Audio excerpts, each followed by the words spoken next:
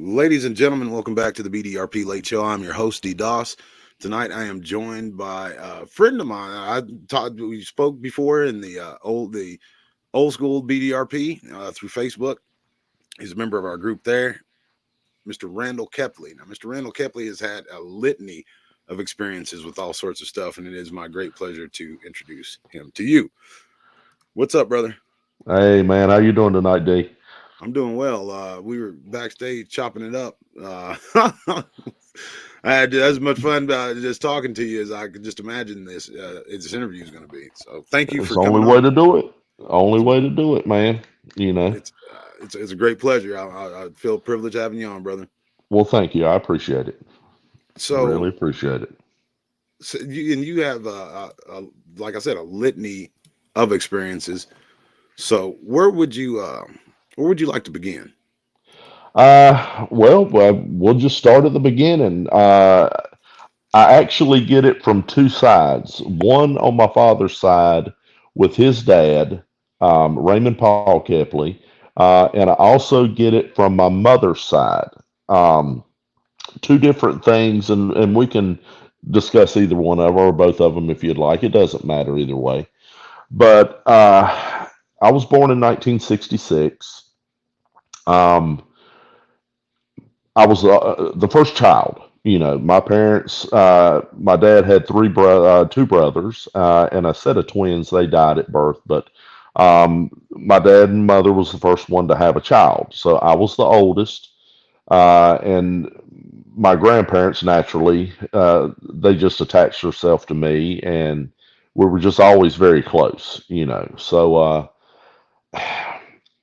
Somewhere around the age of 3 or 4, um, they started something with me, and it used to aggravate my mother a lot, but not in a bad way. But every Friday night, they wanted to come pick me up, take me to their house, and like I said, being the only grandchild, they doted on me. You know, just Right, all anything, that not energy spoil just me. focused in one place. Yeah, not spoil me. They were very devout Christians, and that's how I grew up, you know. And I used to tell That's everybody I've awesome. only had one drug habit, and that was I was drugged to church every time they opened the doors. But I'm serious, man. You weren't missing out on it. No kidding. It's a part of life. Like, Oh yeah, it's crazy. yeah, You hear people say, "Oh, well, I had to go to church." I never had that type of energy about it. It was okay. It's Sunday. It's time to hurry up and get up yeah. because I got to go to There's no church. question. You Part of know life. that isn't even discussed. You know what Yeah. Sunday means and where we're going.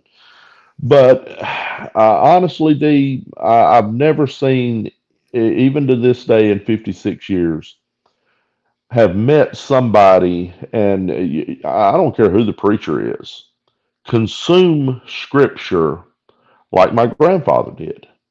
And the only thing I can liken it to was several years ago when the Book of Eli come out, and you find out Yeah. that he is carrying that Bible. You've seen, I'm sure you've And seen it. yeah, and I don't want to ruin the movie for anybody. Fantastic Yeah, film. but that was my grandfather, not the That's fighting awesome. part, but he carried that Bible with him 24/7. Him and my dad in the late 60s were well drillers. They built their own well drilling machines. Oh, And wow. actually, in Rowan County, where I live now, if you got a well dug back then, either my dad or my grandfather dug it, nobody else done it. But back in those days, you go to have a well dug now, they'll come out in 6, 7 hours. They'll have you a fresh well pumping 15 gallons a minute. Back in those days, it would take 2 to 3 weeks. They actually had to drill the holes. Well, Right. while this thing is drilling, I mean, he's sitting there reading the Bible all day long. That's all this man ever wanted to talk about. And Man, so I I wish I could grew have met him. up. Oh man, I don't have the education to describe to you uh, his personality, the knowledge that man had. But this whole thing started. Not may have started. You got to understand. At this time, I'm 6 or 7 years old. Okay, and I started. They started taking me every weekend at 3 or 4. But this started, I'm going to say around 6 or 7, probably 72, 73, somewhere around in there. But just like clockwork, Friday evening, they come pick me up. They live maybe, I don't know, 5, 6 miles from us. And we're going up the road, and my grandpa tells me something to the effect of, uh, I'm going to show you something tonight. I said, okay. Now, I've noticed at the time that meant nothing to me. But I had noticed in times past, him and my dad would be talking. And, back in those days, kids didn't command anything. You were to be seen, not heard. Kids Yeah, today rule everything. And if I walked into the room and they were having their discussion, it would stop. What do you want? Well, I'd absolutely. say whatever I wanted. Okay, yes, no, maybe so. Leave. Go outside. Go play. We're talking. But I would, I kind of got curious and, thinking about it then, I was curious, what's so important that you're not going to let me in on it? So, but Right. anyway, and that lasted 10 seconds, and then I was outside up in a tree somewhere. But that night, he said something to the effect, "I'm going to show you something." I said, "Okay." Well, we got down there, and this is a Friday night, and if I remember correctly, it was in the fall. It wasn't quite winter yet. So we go outside, and do you remember the old aluminum lounge chairs? They would stretch out, and they had the nylon. Yep. Very well. We grabbed a couple of them, went out in the gravel area, and he set it out. Well, I have no clue what's going on. It's probably around 8:30, 9 o'clock at night, and he's right beside of me. We sit down in the chairs, and we got us a little snack or something out there. Um, he had a. Do you remember the old Rayovac flashlights? It had a big square The body Yeah, the and big heavy like a duty ones. yes, a Yes, sir. head looked like a headlight off of a '69 Nash on it. Right. But we kind of kick back, and we're not sitting straight up looking out across. We've got these things laid back, and we're looking up at the sky. Well, like I said, I have no clue what's getting ready to happen. And he said, "All right," and he called me boy. He said, "All right, boy, here we go." So he takes that flashlight, D. God's truth. When this interview's over, I will go to bed tonight and I will sleep like a baby. I ain't worrying about whether I'm telling you the truth or not because I know what I'm telling you. Well, But yeah, yeah, D, for sure. And yeah, you got the spirit of truth just like I do. So spirit of man, technology, good stuff. And I well, swear, before you jump into it, I'm hearing this with y'all, and I'm just as excited as y'all are. It's like the old school. well, Yeah, we just chopped it up. We didn't actually get into it again. this thing is going to cross 2 or 3 fields of um, some of it's cryptozoology, some of it's you'll just see. We'll get to it. But anyway, he's like, "All right, boy, here we go." And he aimed that thing straight up in the sky, and he hit that power button maybe 2 or 3, maybe 4 times, like click, click, click, click. And he said, "All right." And he set it down beside of him, and I remember thinking, "All right, what?" I had no clue. And D, within 2 or 3 minutes, I know y'all may think I'm crazy. I don't care. One of the biggest saucers I have ever seen in my life, and that's what he called them, saucers. Uh, come within 100, 150 foot above his house, completely silent, no noise whatsoever, the rotating lights, and it just sit there. Well, I am mesmerized. I am not believing what I'm seeing. And he's sitting there talking to me, and there were no little aliens or anything popping out, or you couldn't see any. All you can see is the bottom of this thing, and Right. it is huge. If I had to guess, thinking back in my mind's eye, I would say this thing was a good 100 to maybe 125 foot across, and we would just sit there and look at it. And after maybe what I'm going to guess is maybe 5 or 10 minutes, and like I said, I'm 6, 7 years old at the time. After a while, this thing would float away, and it would get to the point in the sky. Maybe it's about the size of a dime now. I have no clue how far away it is, but you can still see it. But now it's about dime size, okay? And within a split second, if you would even think about blinking, you would miss it. And it would take off like a bullet out of a rifle. Boom. Like that type of defying space and time type stuff where it just Yes, seems like boom. It didn't disappear, it took off. But it took off so fast you could see like a trail of light behind it for a split second. And I'm sitting there dumbfounded. And he looked over at me and he said, "Now, I'm going to tell you something, boy." He said, "If I ever hear you talk about this, that's it. I'll never share nothing with you again." And whoa, bro, what? like all right, I'm sorry, like But and in that 5 minutes, yeah. D, here's two or three more. What? Yes, and they're not as close as this first one was, but they're up. I'm going to say maybe 1,000 feet. Where that one before it took off like a bullet, it floated from say 150 foot wide to a dime size. These may have been what looked like 5 feet across. So I would guess maybe 200 or 300 feet, up in the air. And they would slowly go back and forth and just float up there. Sometimes they would last a long time. Sometimes they would take off. Sometimes they would do the same thing the first one did. Sometimes they would just float on off. But looking back now and remember, he died in 1988. But the discussions we had, as me, I graduated in '85. I was 17 then, so I might have been 19 or 20 when he died. But the discussions as an adult, as I was then, um, he would say that was the most amazing thing to him. No noise, absolutely no noise. And he would bring up a lot of things that I had forgot as a child, but you know how you recall things when you hear something. Yes, yes, yes, yes, I remember that. Right. But this went on. It happened so much. I mean, this was an every weekend affair. Okay. And you just get It, you and your grandpa just be hanging out and he'd pop them with yes, the flashlight and they'd just yes, appear. And he they was would a appear. devout religious Christian. Yes, yes. I mean, oh my I Lord. could feel that. I could feel that when you were telling me, like the Um, sincerity behind that.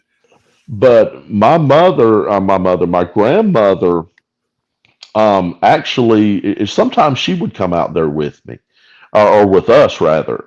But she wound up one year getting pneumonia and almost died from being out in the cold, with us. Wow. But he had plans to build, and he never did. I wish this would have happened later on in life, when I was a lot older, to help him because I would have carried this research to areas he never dreamed of. Right. But this is still so far pre-internet, it's not funny. Um, but he wanted to build like what do you call them, a terrarium outside, like you grow flowers in, and Yeah, or a greenhouse or something like that. yeah, a greenhouse, and put a heater in it so he could do this thing all year long. And even in the wintertime, we still done it, but you just couldn't sit out there, more than maybe 30 or 40 minutes because, like I said, it gets cold around here. Yeah. It's not, northwest cold, but it's still, it's pretty darn cold around here. And when you dipping down into, high 20s at night, you ain't got to sit out there too awful long. You ready to come in. Well, Um, hold on. Let me pop, time out real fast. Y'all okay. were seeing this so much, and y'all were out there so often experiencing it My that the only grandfather could problem see it was any during the winter night he wanted to, D. Any night. Did not matter. time. Did not Okay, matter. okay. Did y'all ever get into like when you got older? Because I know 17, 18, 19, we think we're adults. and we have the developing adult mind, but we really Yes, can't understand a yes. lot of what we think we can. Y'all did get into the conversation of the origins of how he found out he could Oh do all yeah, that. yeah, and it was completely by accident. He was outside getting firewood one night and had the flashlight with him, and this thing, in modern terms, just rolled up on him, you know. But this Man, had been going on for a year or two before he actually showed me. Oh man, we ain't got into nothing yet. We just scratching this iceberg. all right, I'm sitting back. I'm listening. But but it got to the point, D. You seen it so, and he was bringing neighbors in. After a while, showing them he had a good friend across the street, and I cannot remember his name to save my neck, but everybody called him Hoop, like a basketball hoop, and he was about the same age as my grandfather. And Hoop and his wife, if I remember correctly, her name was Janine, I think. But my grandfather and grandmother and Hoop and Janine were very good friends, very close friends. So a lot of nights, Hoop would come over there with us, and we'd sit out there and eat our snacks and watch the what they called the saucer show. Um, but it got to the point where it wasn't fun anymore. You know what I mean? It just it you happened saw it so so. much that it was just Yes. something that wow. And somehow, some way, somebody had actually, the news had filtered down. I think the first one to contact him was Fate Magazine. And Fate Magazine, to my knowledge, is still a publication. I know there was Fate, Argosy, oh gosh, there were four of them, but they actually at different times come and done big 7 and 10 page spreads on him, pictures of the high, just probably 15 pictures, of Yeah.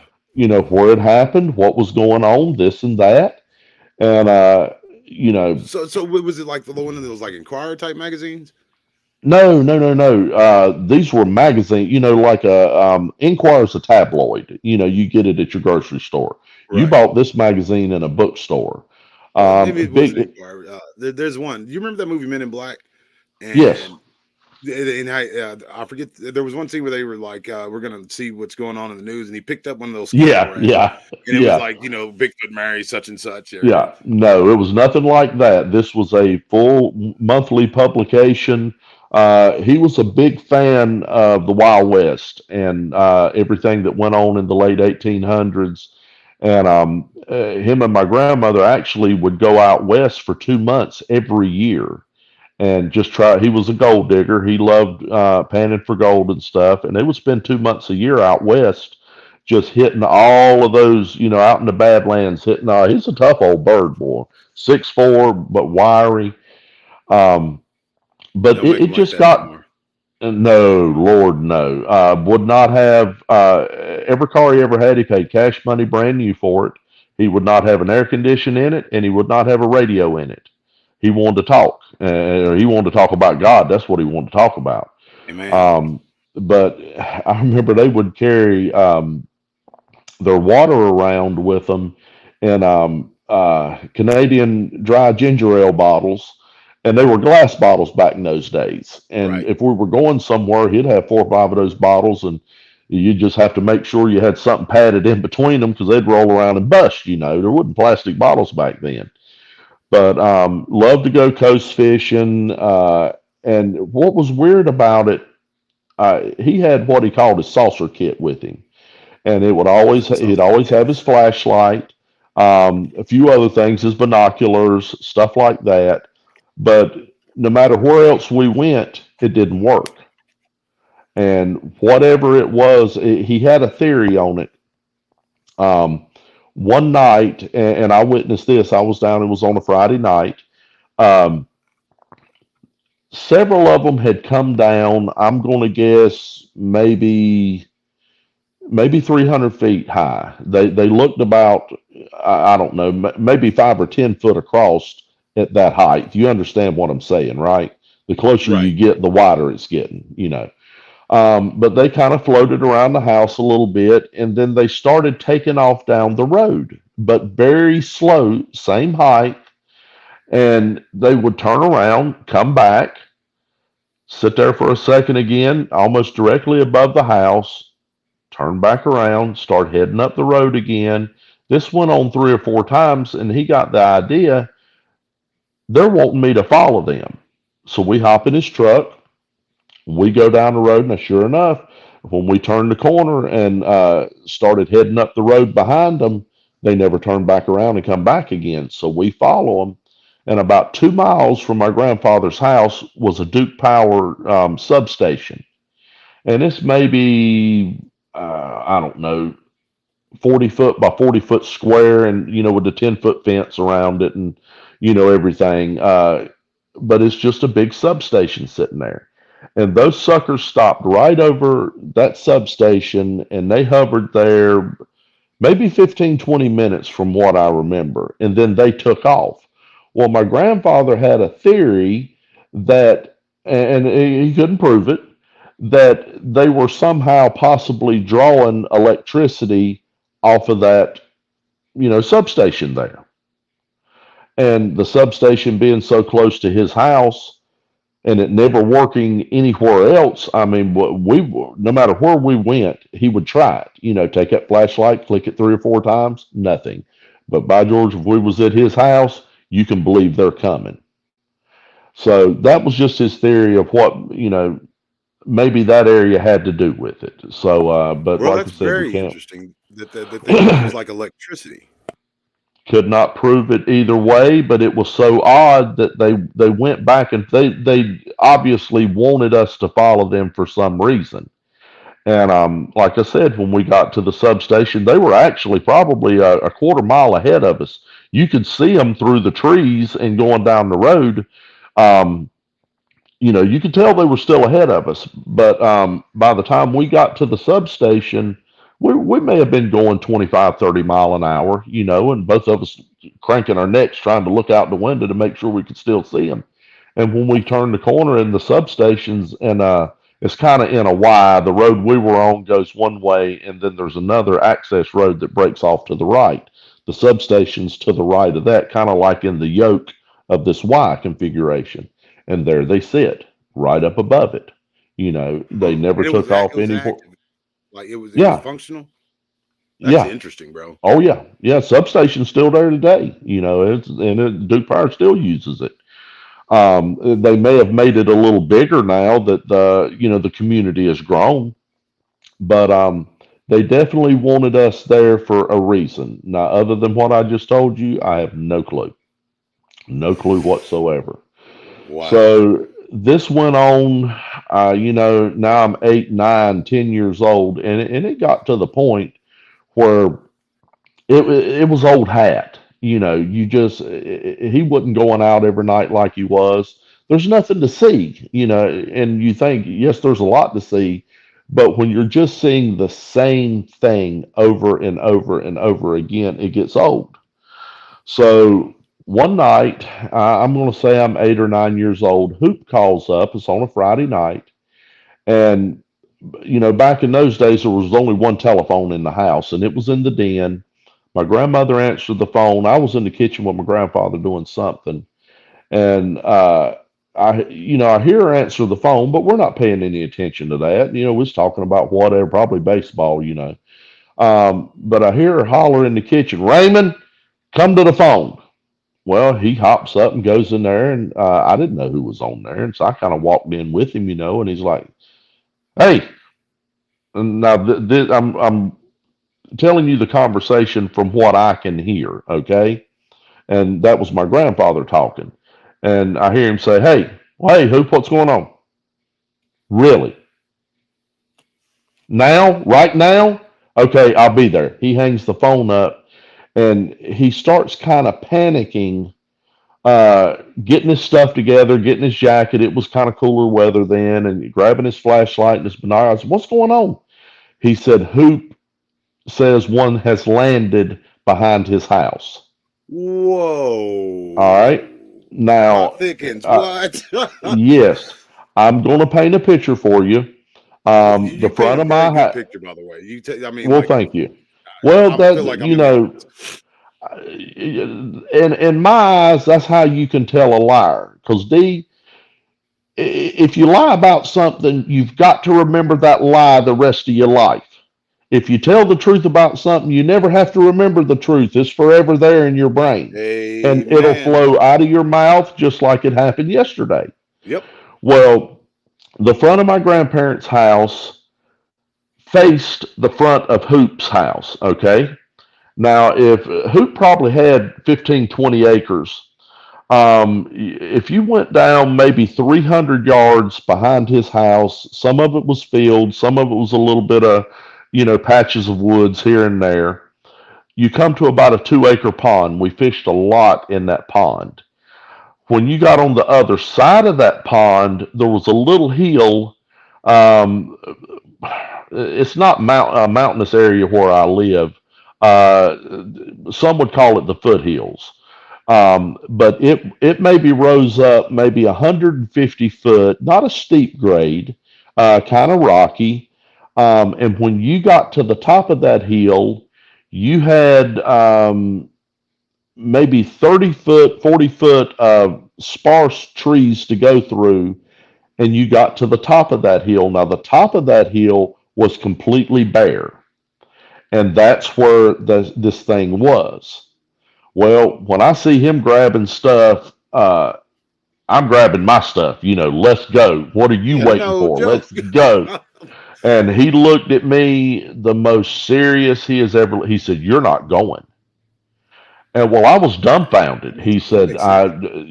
sitting here looking at him's one thing. He said, I ain't got time. Well, I started crying. I remember I physically started crying. And my grandmother's like, Raymond, now you know this boy ain't going to want to stay here. And he's like, he called her mama. He said, Mama, none of us ever landed here. I don't know what's going to happen. Now, he never took a gun out Mm. with him. He never had anything like that. Well, he didn't even take the truck. He tore out the front door running. Well, I remember sitting there crying, and and she petted me up, give me an ice cream or something. But I just wanted to, and looking back, I think he made a mistake. I think since I was his partner in crime, if you will, in most of this stuff, I think maybe I should have seen this, but I Yeah, didn't. you were basically his field investigation partner. Yeah, and he was gone maybe an hour, and when he come back in, he just had this look on his face. It was kind of like he was in a dazed, he just, he was kind of like in a daze. The 1,000 yard And stare. what? Yeah, what happened? And he just looked at us and he said, "It was the most beautiful thing I've ever seen in my life. It was the Whoa. most beautiful thing I have seen in my life." And he said it just like that. And it took him a while for him. And Mom was like, "What? Well, tell us. What happened? And he couldn't get it out. He couldn't compose his thoughts. But after an hour or so, it never actually touched the ground. They got, he said, within 30 foot of it. He said it wasn't nearly as big as the ones that usually hovered over the house. He said if he had to guess, um, it looked like maybe 30 to 50 foot wide, and it was Daggum. hovering about 2 foot above the ground.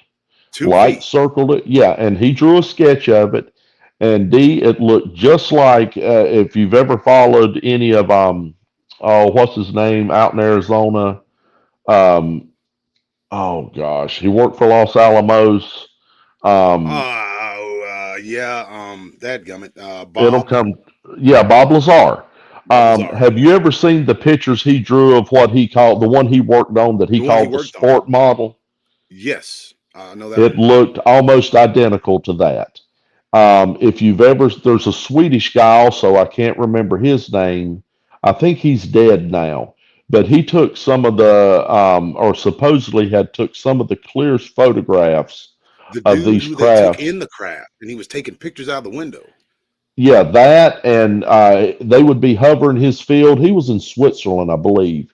Right. And they Um, tried to disprove what he did, but they never could yes, accurately do it, even with that's models right. and stuff. Look just like it.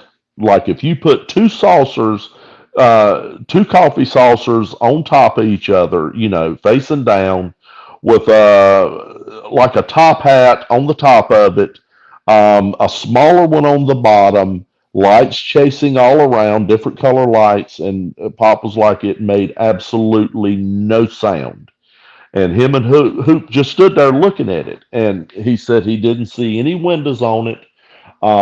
There was nothing that you could see inside of this one. And all of this stuff, they never seen any aliens, if you will, or anything like that.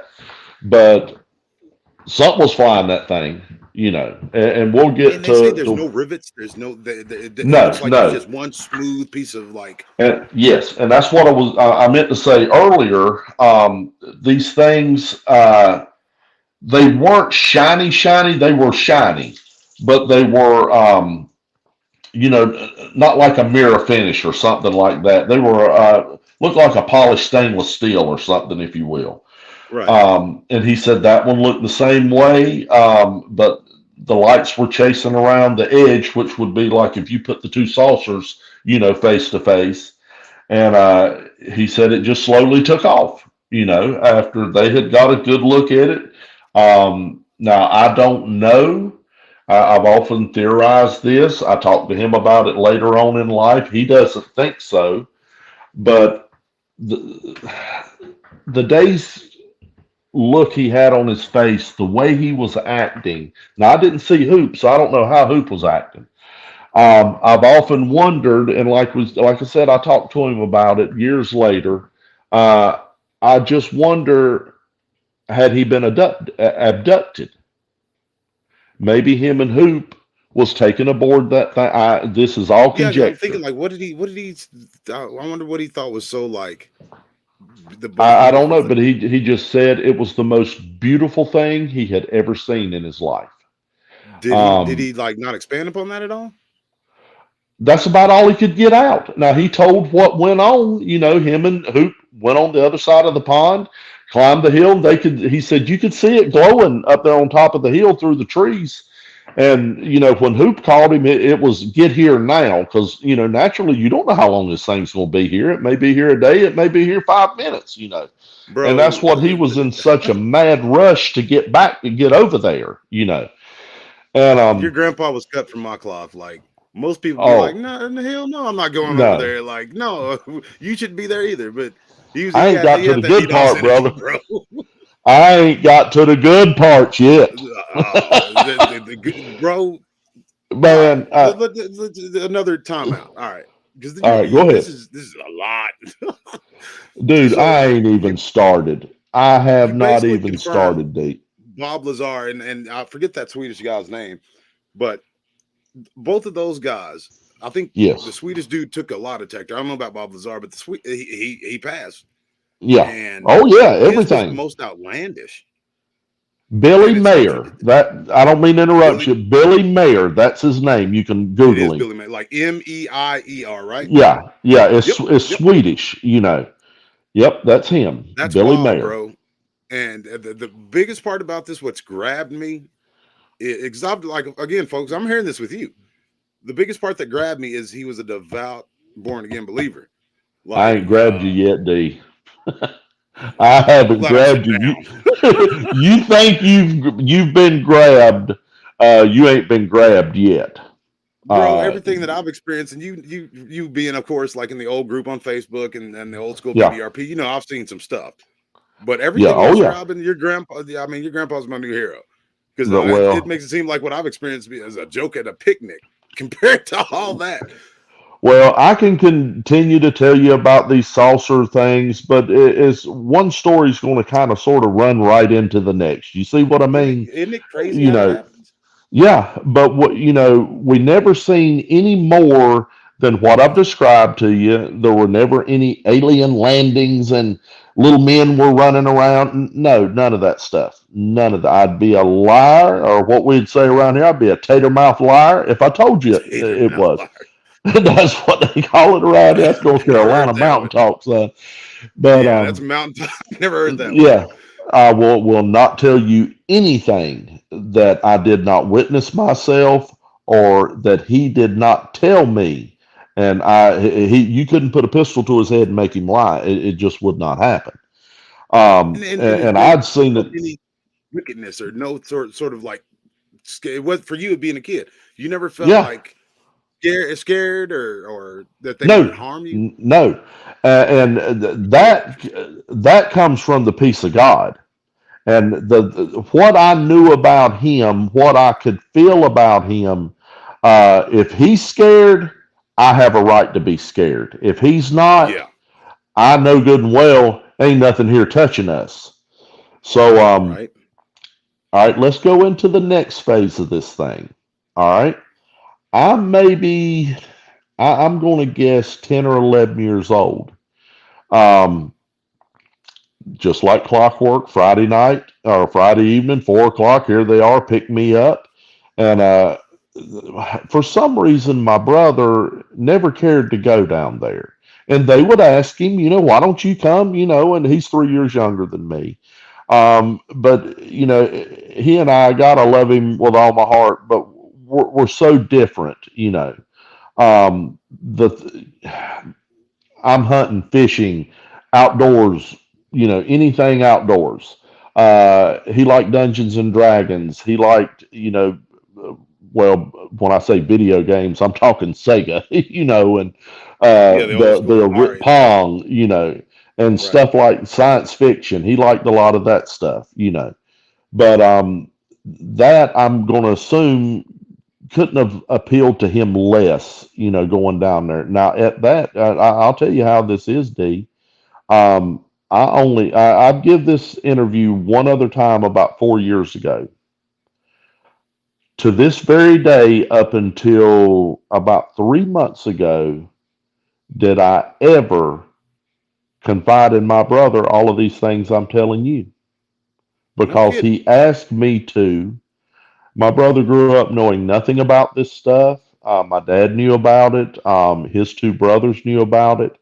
But my grandfather was so strict on this not getting out. Now, if he let it out, it was to somebody like Hoop or somebody in very, very close confidence. There was on the other side of my grandparents, there lived some Browns. I don't remember their first name, but old man Brown, he would come out sometime. But they lived out in the country. It wasn't like in a development somewhere. Right. Um, Close Now, if neighborhood. he brought somebody in his confidence, he trusted them. But other than that, you ain't gonna know nothing about it. And I knew when he told me that first time, he never had to tell me again. He said, "Boy, if you ever let it out, I will never confide with you in nothing." And with keeping my mouth shut, he showed me and taught me so much that it's unbelievable. But going back to what I was saying, they picked me up. It's about 4 o'clock or so. We're heading down to their house, and I notice he's acting kind of funny. And I said, "You all right?" or something, like that. And he said, "Yeah." I said, "We going out tonight?" And that's what we called it, going out tonight. And he said, "Yeah." He said, "But I ain't been seeing much of the saucers." He said, "Things have been a little different." I said, "Okay." I said, "What?" Hmm. You'll see. You'll see. And this gets really weird, D. And I have searched from the first time I laid my eyes on these things. I have searched for a show, a podcast, anything talking about what I'm getting ready to describe you to describe what I saw. Some things get kind of close, but nothing very close. But anyway, we went in. My grandmother fixed dinner, and we never went out before it was dark. So about the time it got dark, we went outside. We got our lounge chairs set up, got our little snack. We grabbed us a couple cokes and some moon pies or something like that. And uh, he went back in the house and he got his double barrel shotgun. Well, this Oh, is the first time that man has ever brought a gun. Now he was a big hunter, had ever brought a gun out to any of this stuff. And I said, "What's going on?" And the first thing I had in my mind was, he's seen one of these things. Now this is, phase two of this thing. They're showing it. I said, "Did they?" And he's like, no. He said, I just want you to sit here and hush. So we sit in a chair. Well, now this time we're not leaning these chairs way back. We're sitting up like you would any other chair. And we're looking out across the field on the other side of his house. And I said, okay. And he said, be quiet. I said, all right. So we sit there, and it must have been a full moon or close to a full moon, maybe three quarters or whatever, because you could see the field outside, you know. Right. Even in pitch dark, you could see the field. You can't make out a great detail, It's not but you like a can harvest see, moon or one of these. yeah, you Yeah. know how it is in a almost full moon outside. Right. It throws off more light than maybe city people wouldn't believe, you know. But when you're out Yeah. in the Yeah. country, Absolutely. man, D, Especially when you're out there, your here, eyes get adjusted to it as well. yes. So we've been out here maybe 10, 15, 20 minutes tops, and here they come. D, they were about six, maybe 6.5 feet tall. They were completely covered in hair. They were smart. They walked upright, kind of like a Bigfoot. That's what I've got hair samples of that I was telling you. They're completely covered in hair. You said though. Completely covered in hair. And these things are smart enough. Now, when we can just start seeing them coming, they didn't walk like a man walks or a woman would walk. Imagine in your mind, you know how when you see a gorilla stand up and walk, it kind of shuffles left and right. Right. You know, this is how they walked. It wasn't a straight gait like a human walks, but it was not a bad shuffle, but it was just a little shuffling gait. And he'd turn that flashlight on. Well, now that big old rayovac, it could throw maybe a 40 or a 50-foot beam. All right, it ain't like LED lights where it'll light up, a quarter Yeah. mile now. 1,000 lumens and Those, all that stuff. yes, those suckers were smart enough they would stay right there at the end of that beam, and they would So look y'all were at within us. 40 feet. Yes, yes. Dad Now gum. I'm starting to get a little uneasy. I wasn't scared, but he's just Shoot, got that yeah. gun laid across his lap, and I'd go to say, he'd say, "Hush," and they were standing there, and they would look at each other, and they would look back towards us. Maybe one, they're kind of in a line, left to right. One of them would maybe sit down for a little bit, and when they sit down like a dog sits down. Whereas back and they had human type legs. It wasn't reversed. I forget what they call it. Like a dog man or something. But they would sit down on their butts, kind of like a catcher sits. When he's behind the Yeah, with plate. feet planted, but they could sit like and Yes. sit straight down. Yeah. Yep, with their butt just barely touching the ground. All right. Uh, when the prints that he had of these things, they would sit on their front, their arm knuckles or their wrist knuckles like a gorilla would. But and I guess some people could say, well, you had 5 or 6 gorillas leave the zoo. No, there is no zoos around here. There is no, our nearest zoo's 100 miles Right. away. And that wasn't even there back in these days because this is probably 70, 75, 76. But then he would stand up and they would kindly shuffle around. Never heard anything like chatter or trying to talk or whatever. No aggressive movement, no nothing. It's just like, here we are, take you a good look. D, Like they're this presenting themselves to you. Yes, very much so. And this turned into a spectacle, kind of like the saucers was. They were here so frequent that he could go out at any time and see them. Um, one thing he noticed about it when they were here, the saucer trick didn't work. They wouldn't come up. It was either one or the other. And he always would joke and say, "This is their pets." Like they was dropping them off Oh, somewhere. And even though he said it in jest, he was serious about it. This is their pets. So Never got any closer to them than that. Uh, but it was just amazing to see them there, you know. Now, when they would turn and to get a side profile, their face was completely flat, Uh, no uh, pronounced. I'm sorry, brother. Like, I mean, I'm completely captivated, but there was a little bit of like distortion for a second. Can you repeat that last thing? Just the last sentence you said. Okay, you could see them. Now, you got to imagine we're 35, maybe 40 foot away under bright moonlight. Right. You can't make out the hair fibers, but you can tell these things are hairy. Head to toe, they're hairy. They looked a lot like the Patterson Gimlin patty, but they weren't huge, bulky. You know Right. what I mean? They Yeah. looked Yeah. more like a man. They were tall. Like I said, my grandfather was 6'4". Maybe the tallest one hit 7 foot, maybe. You know, but they weren't little. Don't get me wrong.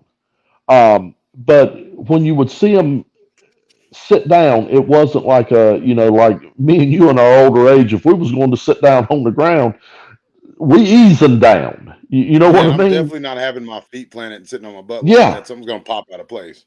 But if they're standing there, boom, they drop right then. And their arms will be kind of wrapped around their front legs, which are bent like a catcher, on a baseball team, but they would be sitting there on their knuckles. You couldn't really make that part out until the next day when you saw the prints. Okay. A couple times we seen them was right after a good rain, and you got to think this is a cornfield out here. Yeah. Corn's gone, and man, you could see some really. Oh, it's going to get wilder than that. Um, but when they would look at each other, you could see a fairly clear side profile of their face. It was completely flat, no protruding nose. Um, Hmm. you know how, like a chimp or a gorilla, the mouth area will kindly stick out a little bit? Right. Nothing like that. It was complete, like you had mashed all of their features in flat. I can't say that there were any glowing eyes. Now, sometimes if they took a step too far and the light would catch their eyes, it would be like a dog or a something. You'd see a reflection of that light, but as soon as they were out of that beam, there's no glowing eyes or anything. And when they got done, and I know they had to be talking to each other somehow, but you couldn't hear it. And maybe after 10, 15, 20 minutes, they would just turn around and they would shuffle off. They maybe had 5 acres to go through this field and then right into the woods, and that was it. Now, the most ungodly smell, you've heard about it, about Dogman, Bigfoot, that smell that's, Yeah. I'm a field attributed to it, that investigator. wet dog, skunky, all of that was 5 years there. though, in the 5 years that I've done it, or the 5 years that I was actively doing it, like week to week, I only Yeah. smelled that twice in five Well, years. you know it's a funk. It is a It's funk. funky. It's like Yes. a railroad Um, bum with like a nursing home that's not cleaned yes. properly. Yeah, it's Yes. gross.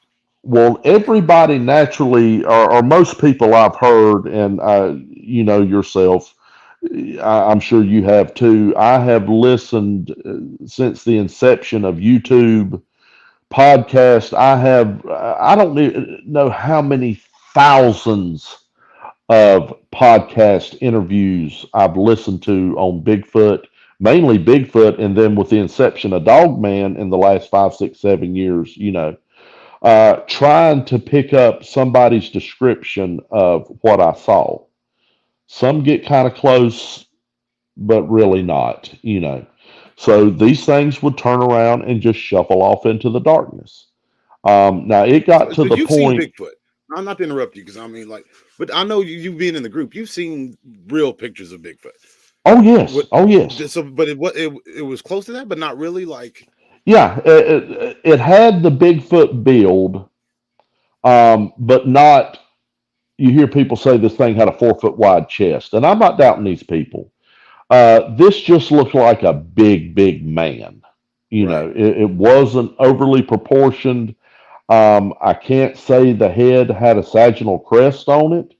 From what I'm picturing in my mind, it was just dome like a man's head. It was definitely covered in hair head to toe. Um, the tracks, his legs left a different track than a like a paddy track, with no arch in it. This had an arch in it. They were maybe size 11 or 12, nothing gargantuan, Right.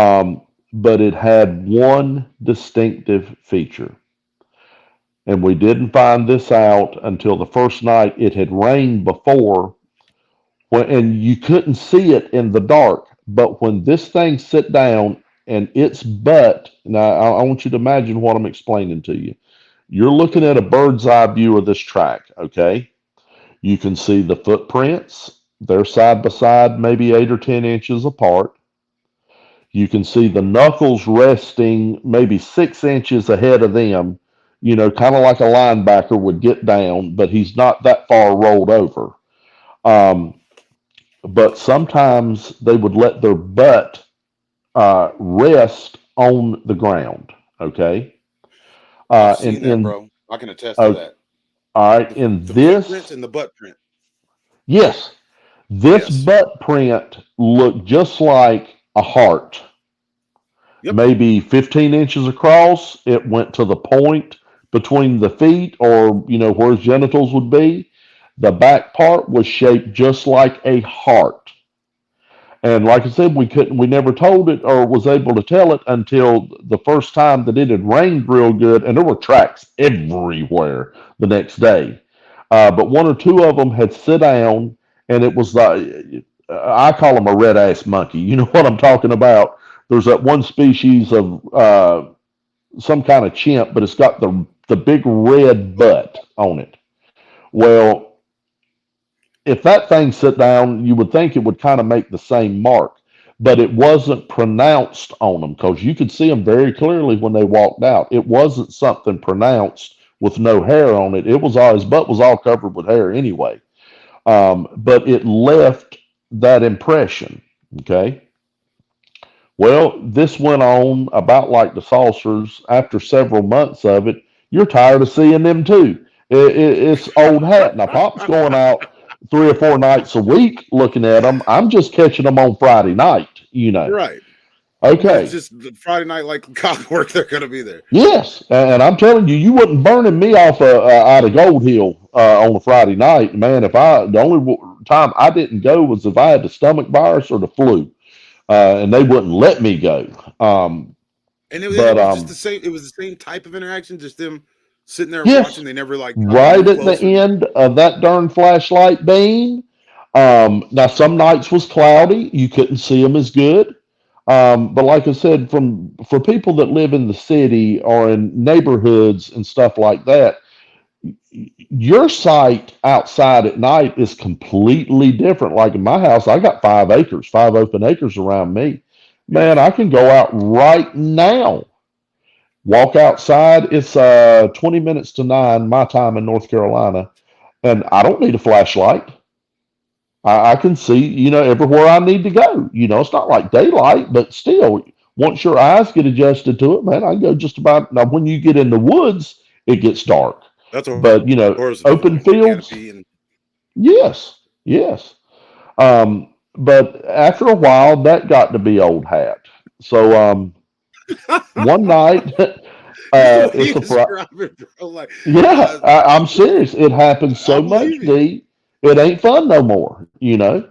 So So let me one ask you this. Let me night, ask you this. yeah, The when the UFOs stopped, these yeah, creatures showed up.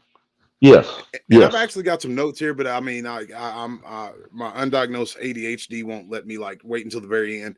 But sure, that was one thing I wrote down, bro. And yes, I've never said this online because there's some there's researchers and field investigators, the old yes, schoolers, there is and lots there's of it.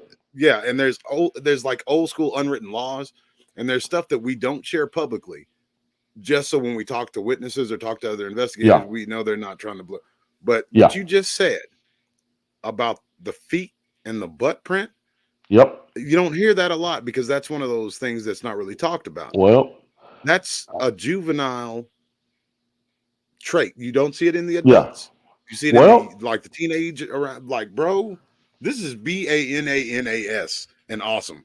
well, I'm going to tell you, they could have very well been juveniles. What do I know? You know, Yeah, I I'm mean, 10, you're 11 years old. describing. Yeah, They may have been juveniles and they're just out, having fun. But watching they y'all. never, you know how you hear bluff charges and stuff like that? Nothing, Right, nothing. It was like they were just as curious about us to an extent as we were about them. And there wasn't any waving or hey, how you do? Ooh, nothing. oh, You never heard a yeah, sound, D. Nothing. But I know they was talking amongst themselves. Um, and I've got some theories about that from the research I've done on Sierra sounds. They may have been speaking in a tone that is not audible to us, but I know for a fact they were talking because when they all decided to leave, they all left at the same time. It ain't like one took off by itself and, well, I guess right. Jim's leaving. Come on, Bill, we'll go too. And no, it was like this was a concerted effort. They all turned around at the same time and they took off. And they were shuffling left and right, and you just watch them till you couldn't see them anymore. But this one particular Friday night, I went down there and I said, "We're going out tonight?" He said, "Do you really want to?" And I'm like, "No, not really," because it was cold outside. It was cold, and he said, nah." He said, we something to the effect we ain't gonna see anything we've never seen before. So I agreed. Well, 10 minutes later, he's over there, and he picked his jacket up off the coat rack, and he's putting it on, and he puts his hat. I said, "We going out?" He said, "No, no." He said, "I'm going out here to get some firewood." And on the back side of his shed, it was like a lean-to where he stacked all his firewood. I said, "Well, I'll come and help you." He said, "No, we about have enough for tonight." And they heated. I still heat with wood.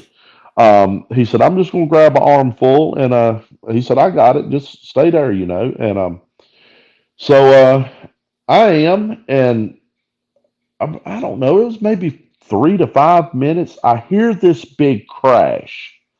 Well, I didn't even grab my jacket or nothing. The first thing that hit my mind was he's fell.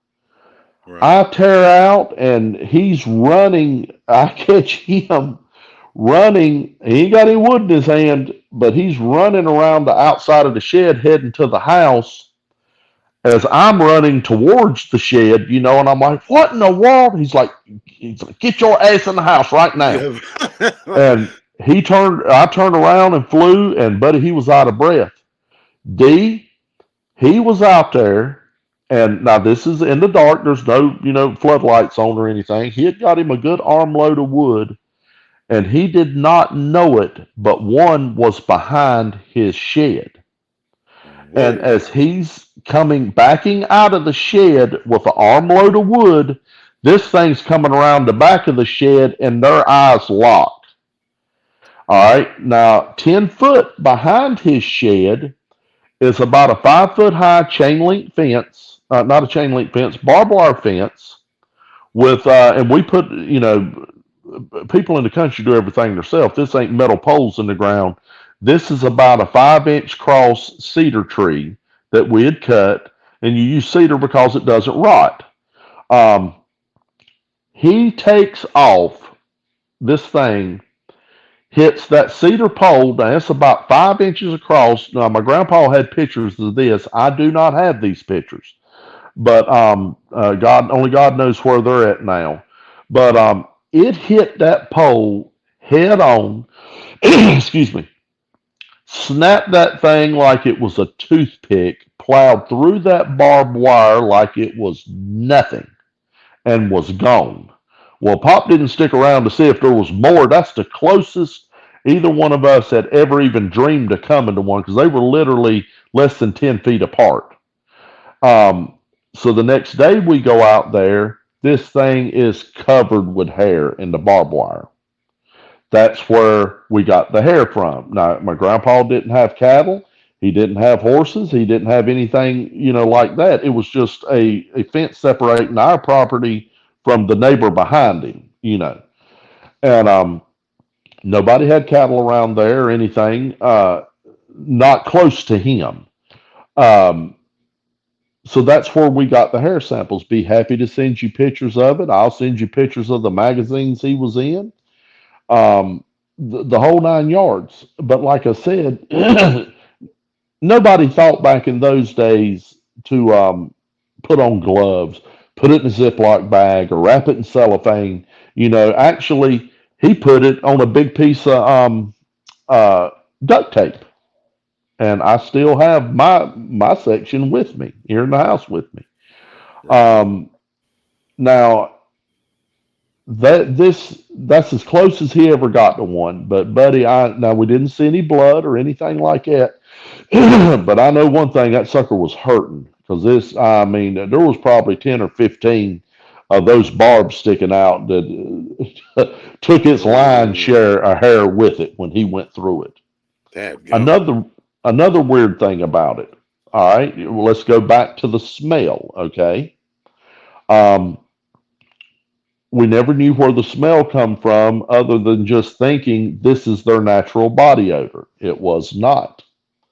Um, come down there. This You're was. absolutely positively right, I am and one you were, bro. thousand percent sure. I'm gonna vouch for this man right now, folks. Another thing that you hit on, and this is regarding the creature. I'm not even thoroughly. I'm like you. I'm not thoroughly convinced that this is necessarily, but everything you're saying nails on my own personal research. They somehow can emit and control that. Well, let me get to this. I'll agree with that if we were I'm speaking beside of you, a bro. Bigfoot This is beside me. or a dog man. But I have no clue.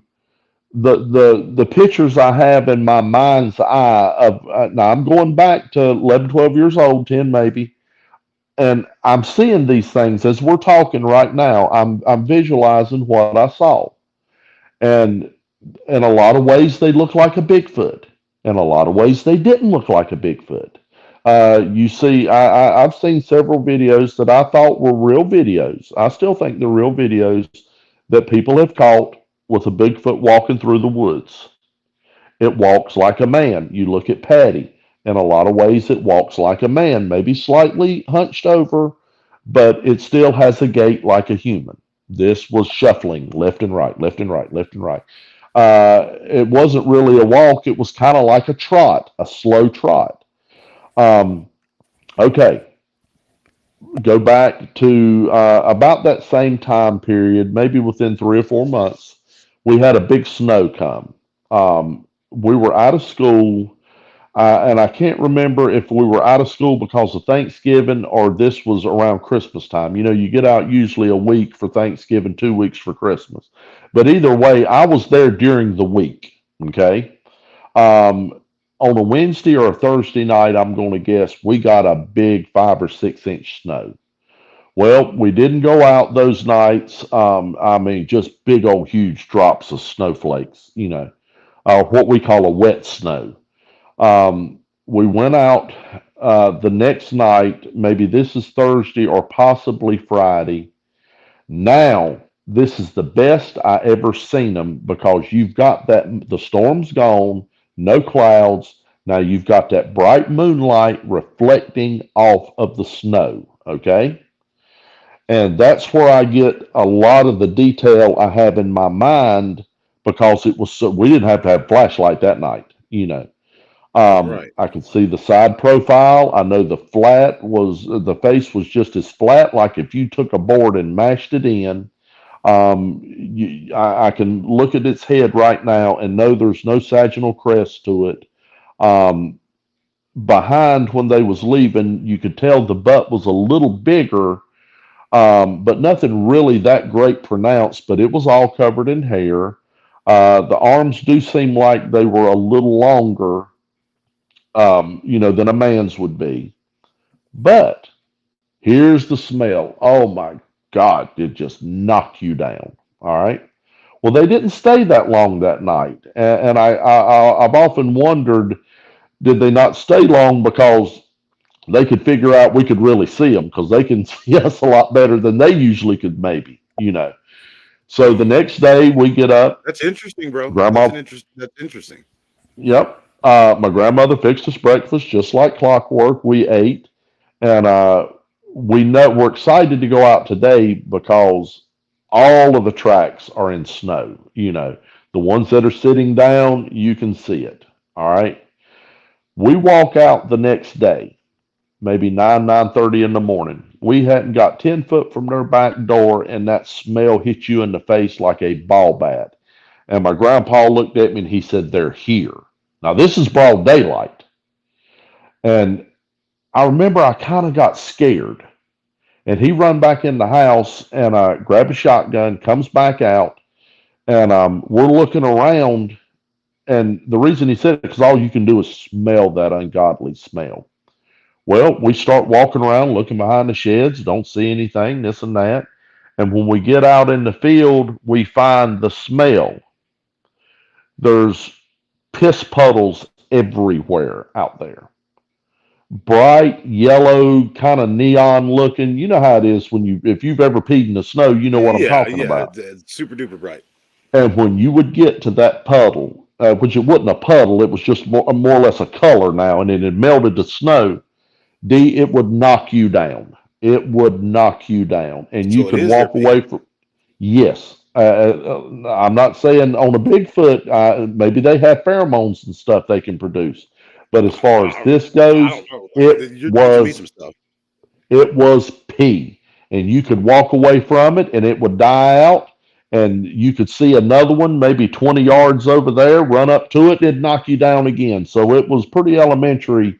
They're out there peeing. Now, we couldn't see any genitals, but you think any other time they're peeing on dry ground, just an old field. Well, that would absorb immediately.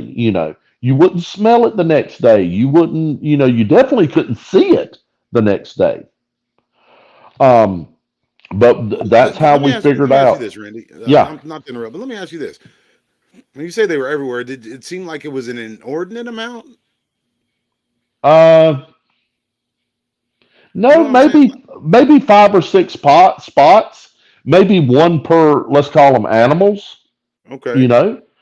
And you didn't have to go very far to find out. Well, maybe if we never did. If you walked another maybe 5 or 10 acres, maybe there would have been more there. Who knew? You didn't have to leave literally his side yard in that field to find out what you were smelling. yeah, So, that is an overpowering. I know it had to be the same thing we're smelling because it doesn't even smell like pee's. Not the first thing that pops. It smells like pee and no, it did not smell bo. like pee, but you could tell it was pee. It was just a puddle, maybe 10 inches across by 8 inches, just like somebody would stand there and, you was out by yourself peeing in the yard or something. But it didn't have the smell of pee at all.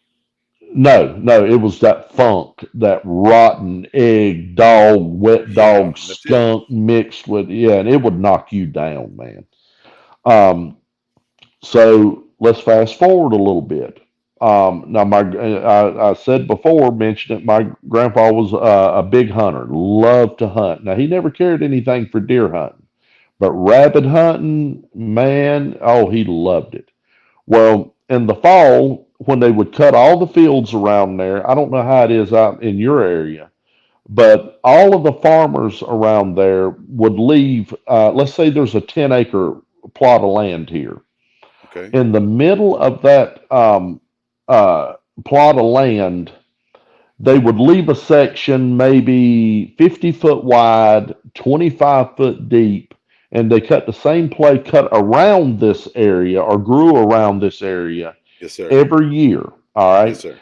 Now, this area had grown up thick briars, just bramble brush, or what we call old blackjacks around here. Get about the size of your wrist, just you couldn't break the limbs, they so tough. But these were some of the biggest rabbit beds you've ever seen in your life. All right. And when rabbit season got there, he would give me a piece of, we called it cane pole around here, maybe 10 foot long or so.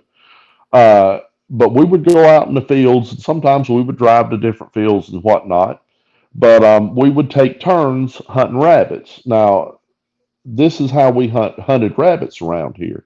I would go on one side of this big patch out in the middle of the field, and I would start beating, this brush, all of these heavy briars, all of this stuff out here. All right. That's how you do it. Yep. And they would run out the other side, bang. He's got him a rabbit. And we'd shoot, or, we'd trade off. And I wasn't hitting nearly as many as he was, but we'd get 3 or 4 rabbits, come back and have rabbit stew or have my grandma fry it up or whatever we wanted. Um, but we went around, I was around beating around one of them, and it wasn't far from his house, maybe 2 or 3 tenths of a mile. And I hollered, I said, Pop, come here. Well, he comes over there, and nothing had run out. But here's these tracks. Now, like I said, these fields have been cut. They're all dirt now. Here's tracks, these things tracks all around this thing. Well, we found out real quick these suckers loved rabbits, loved to eat rabbits. We would go out in the field, different fields, and find pelts ripped to shreds. Never found any of the rabbits at all. So this goes on for a while. We went to one day, and I'm over there beating it. Well, I see the tracks. Well, I ain't really hollering for him because this, we've seen this before. And then I noticed something. I went around the backside and I hollered for him. I said, Pop, what's this? Well, he comes around there. Here was what was left of a rabbit. There's none of the flesh and bone there. There's a ripped up pelt. Now imagine what I'm getting ready to tell you. In that, it must have been muddy whenever he done this, and we wound up seeing it 2 different times. This thing had flopped down right there at the edge of, I don't know what you'd call that thing, where the rabbits, the rabbits, the brush pile, um, flopped his butt down on the back side of this thing. Now we're like 2 tenths, 3 tenths of a mile from his house, and had, I'm assuming, ate the rabbit. And this is very, very weird. He would pull off maybe 1 inch sections of this rabbit pelt, okay? And I'm assuming he would put the pelt in that little square piece or, little chunk in his mouth and maybe get it wet with saliva, pull it back out, and right between his feet, maybe 10 inches in front of where his feet was, there was maybe 50 of these things, but he had built the most perfect little pyramid out of these hairballs you have ever seen in your life, and it was still there. Whoa, We've seen that 2 different times. Now, you've got a creature that is smart. What would possess him to sit out there and build geometrical structures?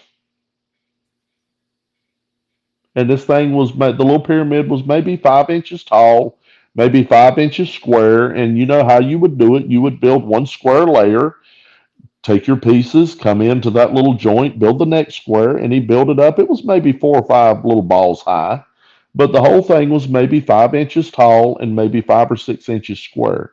But it was the most perfect little pyramid you ever seen in your life. Why? bro, that's another. I'll give you another. That It that was ain't kind of like, creepy, honestly. Bro, I'll yeah, give you another piece of like, and I never took pictures of it. I never told anybody because I just want to see if it came back up. That we have these. I don't know what type of berries they are, but the skin is really, really bitter, but the yeah, inside is super sweet, and I think it yeah. may be poisonous actually. It But may be. they have these here, and you said the butt print that looks like a heart, the feet Yep, firmly planted in the ground as they're sitting down. yep, There would right in be front of the it. skin from this berry in piles, like they were just putting it right next to him casually. And I call this place the daycare because it seemed like they were like a little bit older ones, but not teenagers or whatever. They Yeah, weren't that big, but you could tell they would visit this place a lot because the butt prints, like what you could see where it would sit in the exact same spot, but it would move over an inch or two. And again, I've never said this to any field partner I've had. I never really took a lot of people into that area just to see if they noticed it. But like you said with the hairballs, I've seen them do that with not sticks. Like they, they would dig around the ground for ants in the same place they'd yeah, sit. and like little roots that you pull up. Yeah. They did it with the broken parts of the sticks that would break off from whatever they were digging with. It would be like they would get another one, like that one wasn't good enough anymore. And with the broken piece, they'd add it to this little structure that they were making, and it was a three-sided pyramid. Wow. The ones you saw, is it like the It was straight up? four. It was four sides. Yeah. Huh? But What? why? That's weird, bro. Like, what are they doing? And How would they I've even toyed. know? Yes, I have toyed in my mind. Is there an Egyptian connection here? Well, there's Is there pyramids this? everywhere. Is there that? Yeah. Well, I didn't know that at the time. The only Right. pyramids I knew of was in Egypt. No, But yeah, no why doubt. would, are you just sitting here playing and by chance you come up with this little design? Who knows? Yeah, You because in, know? in the setting that they're doing it, it seems like, like when you remember being a kid sitting at the table and getting in trouble for bringing your Ninja Turtles or GI Joes or whatever, Yeah. and as you're eating, you're just sitting up there kind of fumbling around with something. Yeah. Um, that's sort of what it seemed like. It didn't seem like there was any kind of intent. It was just like something they were doing while they were eating. Yep. But it Yep. was like, and it seemed like they would smooth it out to where it would almost be flat, and it was just a little amalgamation of all these roots and sticks that were broken off, and you could Yeah. tell it was broken off. They'd like break off the rest of it if it was a stick that was alive or whatever, and Yeah. that's madness. It is. It is. And especially when you're dealing with a situation where there is no rhyme or reason. And what I always thought was weird too, you would see the aftermath of this rabbit, meaning you would see maybe find some of the pelt. You would never find bones. You would never find any of the flesh at all. No feet. No. It would always be like the back part of the pelt. And we don't have giant rabbits around here, but they may stand maybe 10 inches, 12 inches tall. Pretty good sized rabbits. Right. But these are wild rabbits. They're not, the little fat Jackrabbit. rabbits like you see at Easter and stuff. You kids get their pictures took with. Right. No, We got these those are, down here in Oklahoma. yeah, Those big these are jackrabbit. Boy, them some lean. good eats. Yeah. But so that went on. We seen that. Well, I wasn't with him the second time, but I did witness it the first time, and he had told me he had seen it again.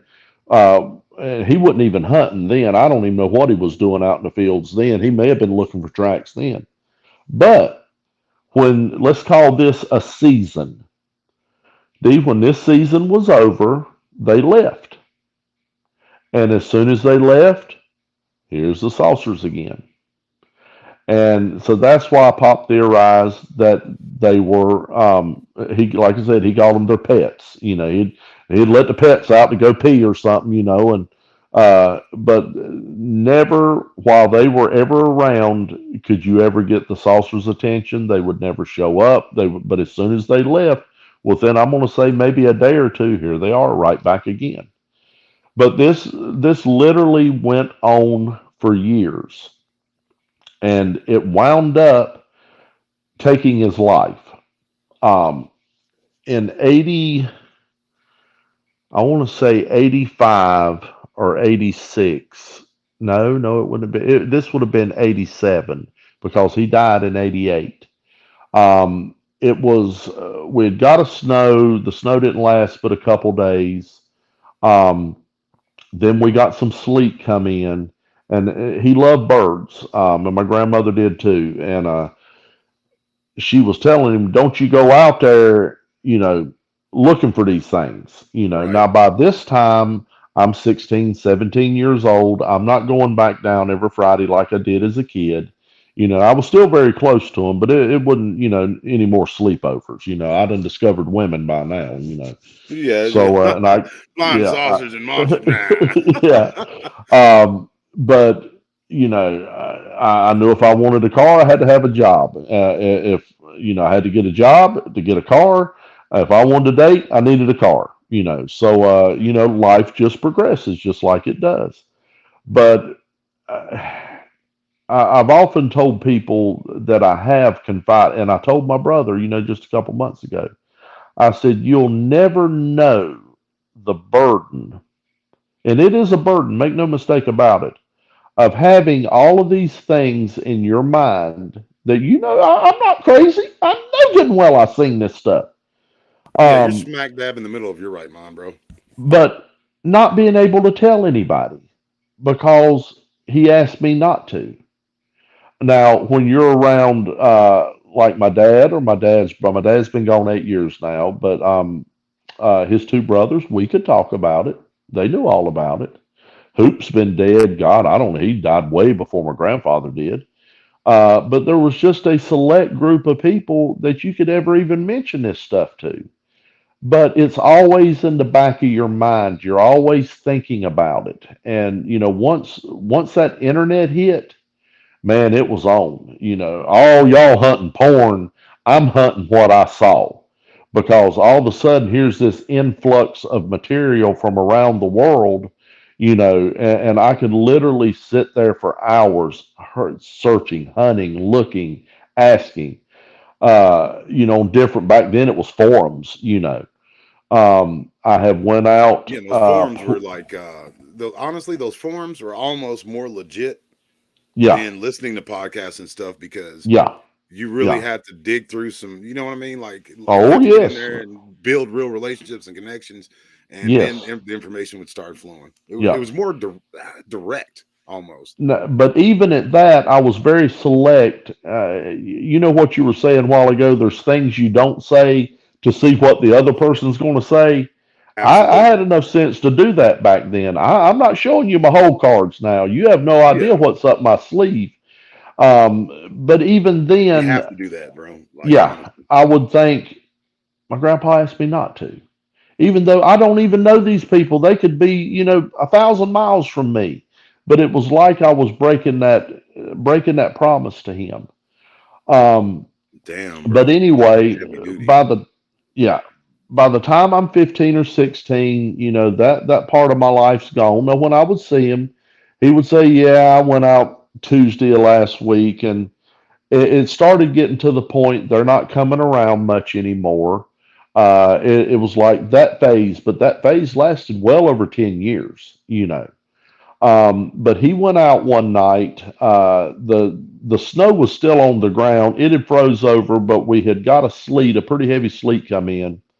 And he told my grandma, he said, "I'm going to go out here and feed these birds." And it was dark. And he said, I might sit in my chair out here tonight." So gets. I wasn't there seeing this. This is what my grandmother was telling me. Um, he goes out and he's gone a long time, and he come back in. I don't know, maybe an hour and 15 minutes later. Which my grandpa was getting old. He was in his late 70s then. He come in and his hat wasn't on his head. My mom, my grandma said, "My Lord, Pop," or Raymond. She called him Raymond a lot. Said, "Where's your hat?" He said, "I guess it's outside." And he was rubbing the back of his head. Well, he had slipped on that ice out there and hit his head, and it knocked him out. Well, he come in. Little did we know at the time he had a big blood clot brewing in the back of his head. Oh man. So 2 days passed. A lot of this had melted away, but at night it would refreeze over. He got to feeling a little better, and I had seen him in between the first fall and the second fall. Um, but I asked him about it. He said it's feeling better. It's feeling better, and I could rub it, and we call them goose eggs, But the goose egg was about gone. But this crazy went out a night or two later after that, slipped and fell again and hit his head. Well, when he didn't come back in about 10 minutes, my grandma's out the back door hollering for him, and she could see around the corner there he was laying out on the ice. Well, she goes out there, wakes him up, gets him. He's hit his dang head the same place, D. Gets him up. Like I said, he's 6'4". He's a big man. And gets him in the house, sits him down, and there's the knot, come back, the goose eggs come back. And she said he was acting real funny. She went in the kitchen to get him something to drink, and he had climbed out of his chair and laid down, face down on the floor in the den, and went to sleep. Well, he went into a coma right then. Well, next thing we know, it's about 10 o'clock at night. We're getting a call from them, and they're rushing him to Baptist Hospital, which is almost an hour from where we live. It's in Winston-Salem. And we flew down there, and he was in a full-blown coma, and he stayed in a coma for 3 months and never woke up. And they actually, his body was starting to shut down at that point, and they actually, pulled the plug on him. He had a DNR, and he was gone. And from that point on, my grandmother lasted maybe 3 more years. Almost immediately after he died, Alzheimer's set into her, and she lived her days out in a nursing home. And she was a wanderer. Some of them, they'll sit there, who are you? And this and that. But there's also the kind that wander. And we tried keeping her with us for a while. She'd get up in the middle of the night and try to leave. Right. And her beating and banging. Now, if she was in her own house, she could go through that house like a cat. But, this not being her house, she would beat, bump into stuff, and we'd hear her Right. and I'm get, Mom, familiar what you with, doing? yeah. Yes. So it got to the point we had to put her in a nursing home. And she lasted about 3 years there, and she died. But let's talk about my grandpa for a little bit. This man saw angels, real life angels, 3 times. I was with him one time he saw it. Now, everywhere my grandfather went, Christ is on his lips. He had the Amen. heaviest burden of any man I've ever seen for lost souls. And he meant to tell you, as long as he could keep you there, uh, whatever this man prayed for, D, I can only liken it to, oh, good Lord, maybe Elijah or something like that. I know the type. Trust me, brother. Whatever he asked for, it's coming His faith was in making. minutes. Yes, it ain't you stand back and the Faith was Lord will making. take care of it a day or two. It come in minutes. Now the key No, to we that came. was Based on our faith, we were rewarded. So he had big yes, faith. he would do it just to prove it to people. But the Amen. secret of the whole thing was you could not get him to ask for anything for himself. Huh. He wouldn't say, Lord, let me hit the Powerball. Jesus, come on now. Let me hit these numbers. No, no, no, We no, don't worship a genie. no. Women would come to him crying their eyes out. I can't have a baby. Now, I'm going to tell you right now, I'll get tore up and you'll have a squalor on your hands here in a minute. But All right, I'm begged him, got a knot in my Mr. throat. Mr. Kepley, please. We can't have a baby. We want a baby so bad. Here they would be. Oh, good Lord. The next week coming up shouting, I'm pregnant. I'm pregnant. People come to him, Mr. Kepley. I've lost my job.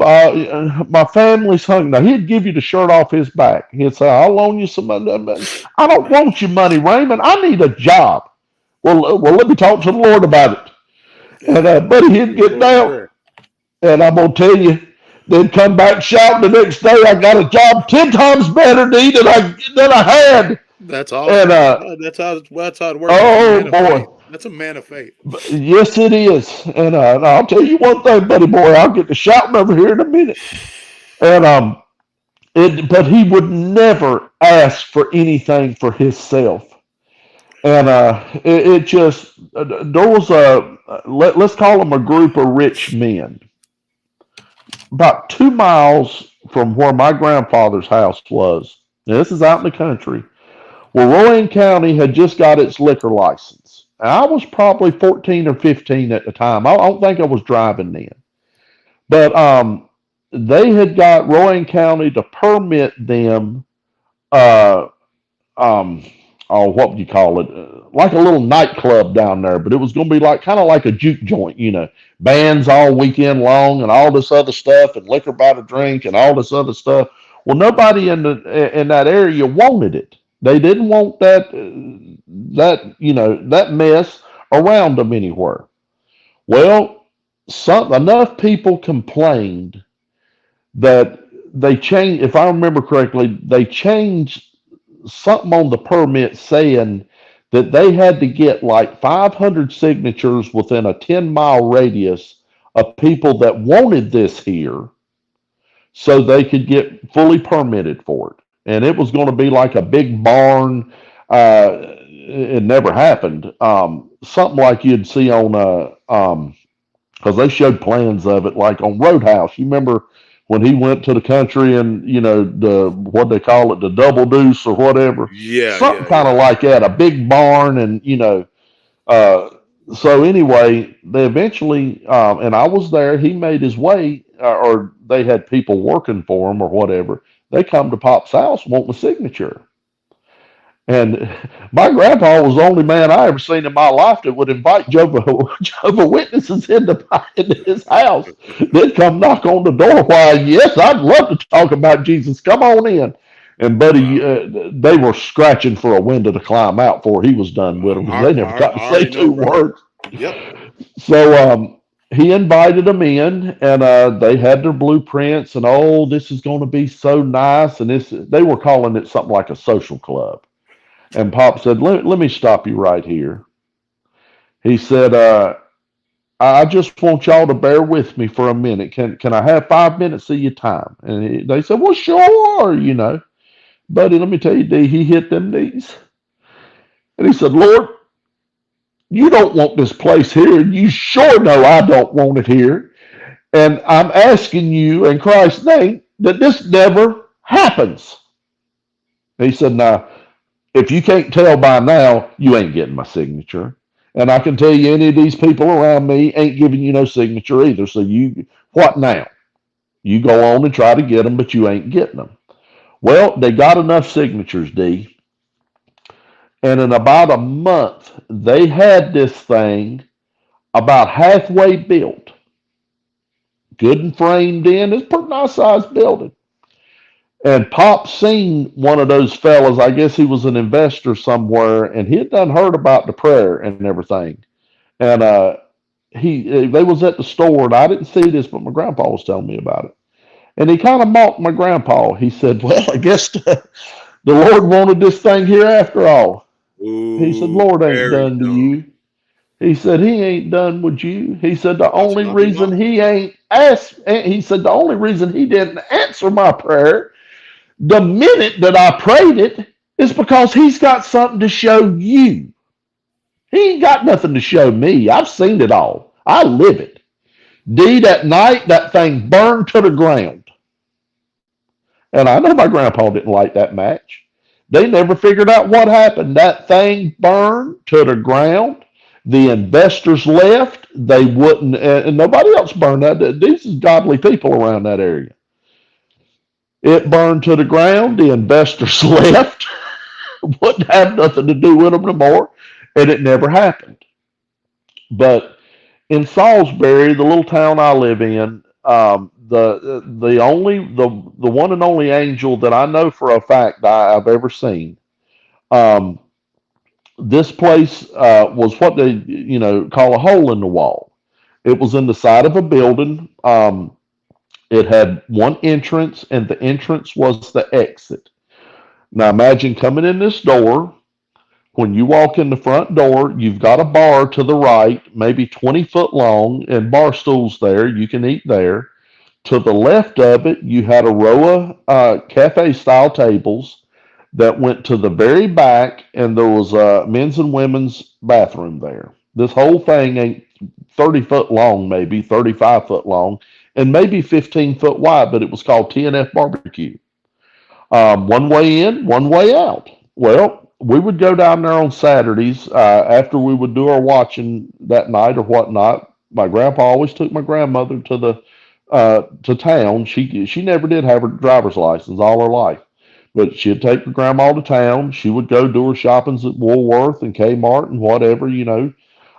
We're downtown, and me and my grandpa would go to this place called the Smoke Shop, and he would buy his Wild West magazines and talk to some friends in there. And we would eventually, lunchtime, make our way down to where TNF Barbecue was. We always eat at TNF Barbecue, or we would eat at a place called Bill's Pastry Shop. And it was built, they was 2 or 3 blocks away, but they were built pretty much alike. You come in the front door and you left out the front door. So this place was packed on this particular Saturday, and we're sitting maybe 15 yards up the street from it. There were like concrete ledgeways there, maybe 20 inches off the ground. People would sit out there, and there was a big bakery behind it. And this was the area people would, everybody back in packed their lunch. And when they would come out at lunchtime, they would sit out on these long concrete walk. I don't know, I call them stools, or stoops, and eat their lunch. Right. Well, we're sitting out there, and 3 or 4 of my grandpa's buddies was out there, and just like always, my grandpa's talking about the Lord. And here comes this old man shuffling down the street, and buddy, he looked, he didn't have nothing. He looked like he had lived 20 years, under a bridge somewhere. Right. And here he comes. Well, one of the guys, and I knew these people, but I didn't know their names, just from seeing them. And he's like, "Oh Lord, here we go. Y'all better hide your billfolds." And my grandpa said, "What?" And he looked up there, and here comes that fella, and he's maybe 35 yards from us, but he's making his way straight towards us. And Pop said, "You wouldn't feed that man." And he's like, "Raymond, of course I would feed him, but I ain't. He's going to go buy liquor with that. And you know good and well he is." And he said, "Well, I tell you what, if he gets my money, he ain't buying no liquor. He's gonna get some food with it." Well, here he come, and all of them's kind of mumbling amongst themselves about it. He walked right up to my grandpa, didn't look at none of them, and I'm sitting right there beside of him. He said, "Sir," he said, "I'm about to starve." He said, "Would you please buy me some? I don't want money." He said, "Would you please buy me something to eat?" He said, Wow. "I'd be happy to." He said, "You see that door there? Now we're maybe 15, 20 foot up from this door." He said, "That's TNF Barbecue." He said, "You walk in that front door right there. Terry will be behind the counter." That was the T. And I think the F stood for Fred, but it was two friends that owned this place. He said, "Terry's behind the bar, and I've been in there." He said, "You go in there, you ask for Terry, and you tell him Raymond Kepley said, buy you whatever you want. I'm paying for it." And he grabbed my grandpa's hands, and he's kind of shaky. He said, "Thank you, thank you. I'm so hungry. I don't know what to do. I'm so hungry. I don't know what to do." Well, he tears out. Every one of us is sitting there watching this man walk through that front door. Well, we're 15 foot from this door, D. Talk maybe another 30 seconds or so, and Pop said, "Come on, boys." So let's see if they got a booth open in there. Well, we walked that little 15 foot down there. We walked in that front door. Pop's looking around for that fellow. Well, there's Terry behind the counter. And there was a booth open. And he looked over at Terry. He said, "Terry, where'd that," and they called them, they didn't mean disrespect back then, but they called them bums. He said, "Terry, where'd that bum go?" He said, "What are you talking about?" He said, "I just sent a bum in here to tell you to give him whatever he wanted to eat. I was paying for it." He kind of choked. He said, "Right, the bums come in here." He said, "Terry," and he started naming them off. He said, "We all watched him walk in the front door, and he ain't come out of this place. 3 or 4 minutes ain't lapsed. And Pop said, "Boy, see if that man's in the bathroom in there." I go down. I didn't go in the women's bathroom, but I walked in the man's bathroom, and there was no stalls. It was just one urinal there and a sink, little tiny bathroom. Well, when I'm coming out, a woman's coming out of the other one, and I'm like, "Is there a man in there?" And she's like, "Lord, no, boy, there ain't no man in there. He's not there, Right. D. Yeah, that was He's that kind of stuff was unheard of back in those days. yes, he was gone." Well, let me tell you one thing. That whole place got a sermon then, and Mm. and he was telling everybody he could get an ear to bend. It's just like the scripture says: you never know when you're entertaining an angel Yep. unaware. Watch what you're doing. Be kind to everyone you meet, Yes, but you never and know. nobody else believed it except the 4 or 5 guys that were with us. They all witnessed it. Now he had something, and I can't remember all the details of the other times that he's seen an angel, but he I'm passed sure the that test. man's probably seen angels throughout the entirety of his life. That was a born again, spirit filled believer in the Lord Jesus Christ, bro. And I felt that I've on you when we were talking backstage. I've never seen nothing. I've never witnessed anything. I'll be muted I've out seen for a minute him. because you had me crying, bro. I ain't gonna lie to you. I ain't too proud to say it. Oh, hey, You had me choked up, and wow. I've been debating telling you this, but and this is for you. I mean, if anybody in the chat or who listens afterwards, whatever. But I'm gonna get real personal with you. All right. My faith is mega as well, and it breaks my heart that people don't understand how to Mm-mm. how to pray. They don't know how to pray, bro. And there was I was a manager of the cigar shop here in town, and there was this my assistant manager. This young lady, a handful of years younger than me, had a baby with um, lung problems. A baby, not even two yet. Smart kid. I came in a couple of times, ran right up to me like he's known me for years. Yeah. He was care flighted to Cook Children's Hospital down in Texas. Uh, and I'm the same way, bro. I'm I guess what they call an evangelist. If you give me 5 minutes of your time, I'll be talking about the Lord, and You know I I'll get pray with wound up. yeah, I pray with perfect strangers, bro. Like I can just feel it. I Yeah, feel it on them. I don't care. Yeah, I could just feel it on them, and I'll be like, "Can I pray with you real fast? Is that okay?" And this poor baby, I told her like what is. I said, the adversary we fight not against flesh and blood. So the adversary in this time that you're weak with sadness because of your baby is going to be thrown. He's going to come through people at you. Yeah. Just know that we fight not against flesh and blood, and don't blame those people and be Yep. brought into anger. And she called me and she said, "D, sure enough, what you said is right." I was like, "It's nothing. I'm just repeating what I read."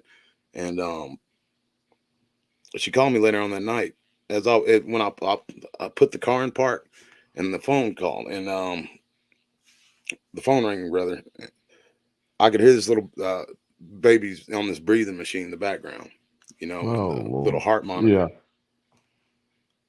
and I could just hear it in her voice that something was wrong, and I felt that spirit build up in me, bro. I wasn't having it.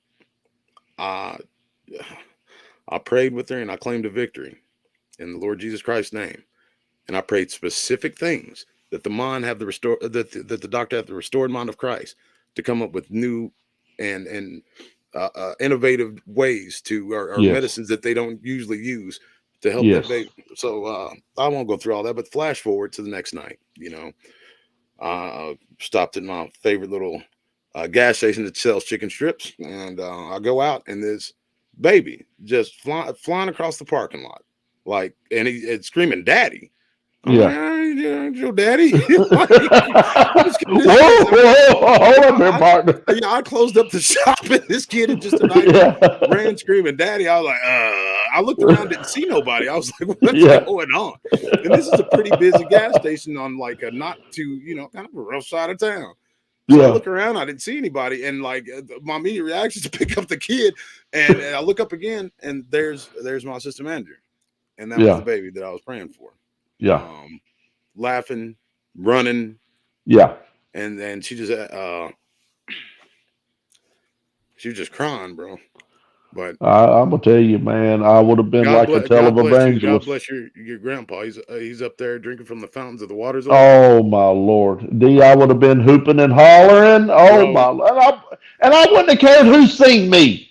I could care Let me tell you, look, less. have you heard about my friend the Lord Jesus Christ? Yeah, That's what our yeah. God does, bro. Like, I ain't gonna tell you about him. I'm gonna show him to you. amen. Give And me he a will minute. show I'll himself show in him to power. you. He'll show himself in power, bro. It's not a religion that we're in. It's not ideas in our head or No, notions that we no, have. no. It's tangible and it's real.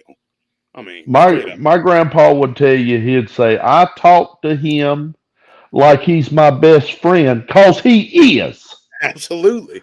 And he said, "I've Oh, what never a friend heard. we have in Oh Jesus. Lord, I have never heard a. Oh Lord."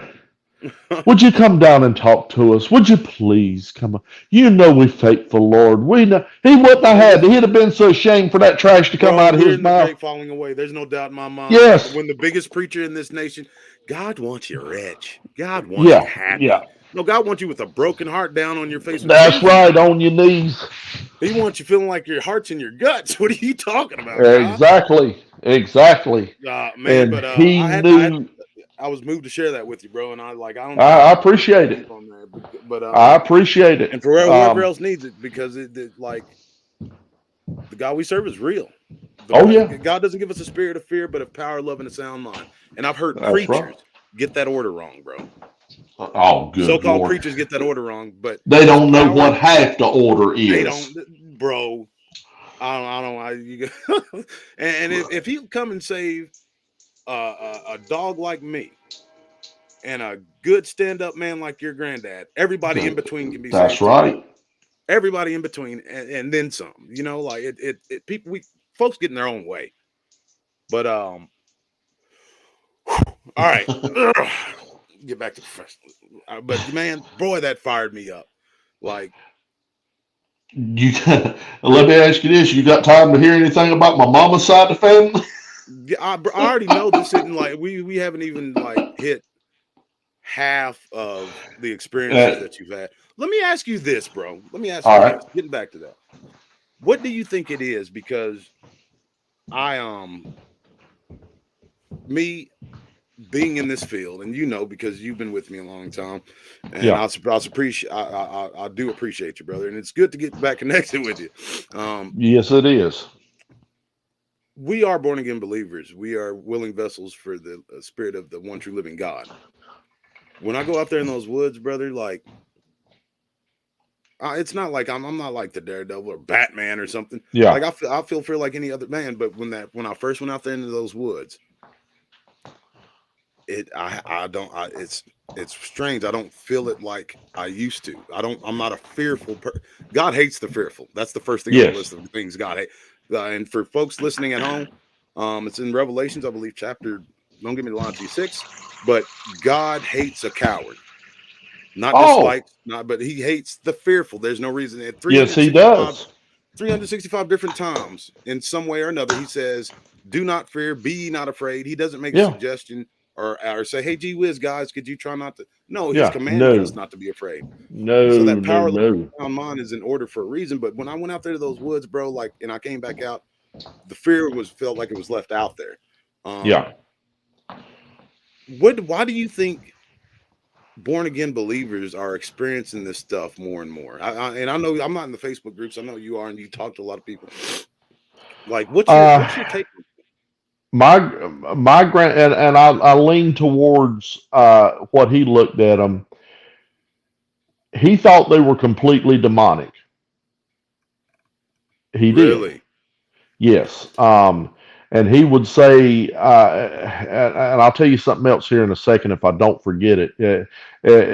Just remind me in a minute. Tell me your theory on something, and it'll come back to me. Okay. But he thought they were completely demonic. Hey, time out real Uh, fast before you get into it too deep. yeah, If you look at your phone and yeah. tap your screen, there'll be a little Tap. camera icon that comes up um, on your phone, like When I tap my side, pause button come up. a pause button. Yeah, if like I can see myself, and I can see. I'm gonna have There to put my should be a glasses on. camera icon, and if you it's maybe in the bottom right or the bottom left, and if you tap that, it'll bring up like I have on mine. It'll bring up your whatever you have on your email, your screensaver or avatar or whatever. All right, I see one that says cam down here at the bottom. Tap That's it. it. Yep, tap it. Okay. All right. It was white. It went red with a slash in it. Is that? There you go. So you don't have to like if you don't feel like being on camera. I'm sorry I didn't explain that before. Oh, have I been on camera the whole time? Yeah. Oh my Lord, I'm laid back in my easy chair here. Fine, bro. I mean, it's fine. Good Lord, I mean, I just been stretched out here, and the phone lay beside of me. But anyway, Bro, like this has been great. oh gosh. All right. Well, everybody's seeing this North Carolina hillbilly, but Uh, Man, I want to see this Okie. but he did. He felt they were demonic. He felt at times that he thought this whole thing was a test. Now, he never Mm, worried about it because he knew nothing in the world could touch him. The only way anything could have happened to him was in a Job situation where, the Lord would have said, okay, I'm going to allow you to do this or to do that. So he didn't fear nothing. And I can right. tell you the only time that I ever felt the least little tiny, teeny tiny bit of fear was that first night I saw those creatures. And let's call it an uneasy feeling. Yes. But then that disappeared because I seen he was not worried a bit about it. Now he had his shotgun, you know, I would have had one out there too, but he never raised it. There was never any type of "what are you doing here" or trying to have some kind of interaction. Nope, we just sit there and watched. Just sit there and watched. And it was, I always thought it was kind of funny, but I always thought it was because of the flashlight. You only coming so close to us. Yeah, it was a flashlight. It was a light, all right, bro. Them Yeah, angels would have smoked that's those right. things game if they ever thought about getting. Yeah, They're probably like, shut up and sit down. yeah, that's You right. better And the not touch night, that line. that night that it snowed, had snowed so bad, brother, they wouldn't hanging around long. They coming, I kind of thought at times that, well, maybe you can see us a lot better than, and we can see you a lot better. And Yeah. but buddy, they shuffled on off pretty quick, that night.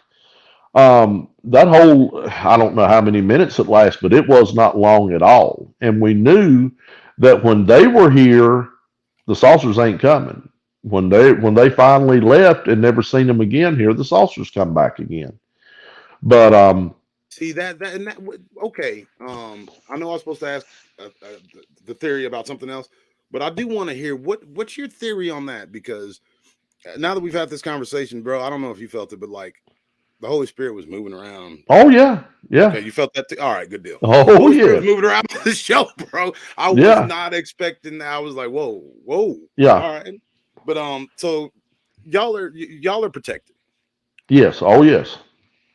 So what's your take on that? Like, do you think that they, like you said, the seasons, how one would be there and then one wouldn't? What do you think that connection is? I don't really have an answer, D. Other than as silly as it sounds, they're pets. I think they had some type of connection to them. And I joke about it, like he was saying, oh, they just let him out to pee at night, like you would a dog or something. But maybe they're just not out to pee, but maybe they're letting them out just to roam around.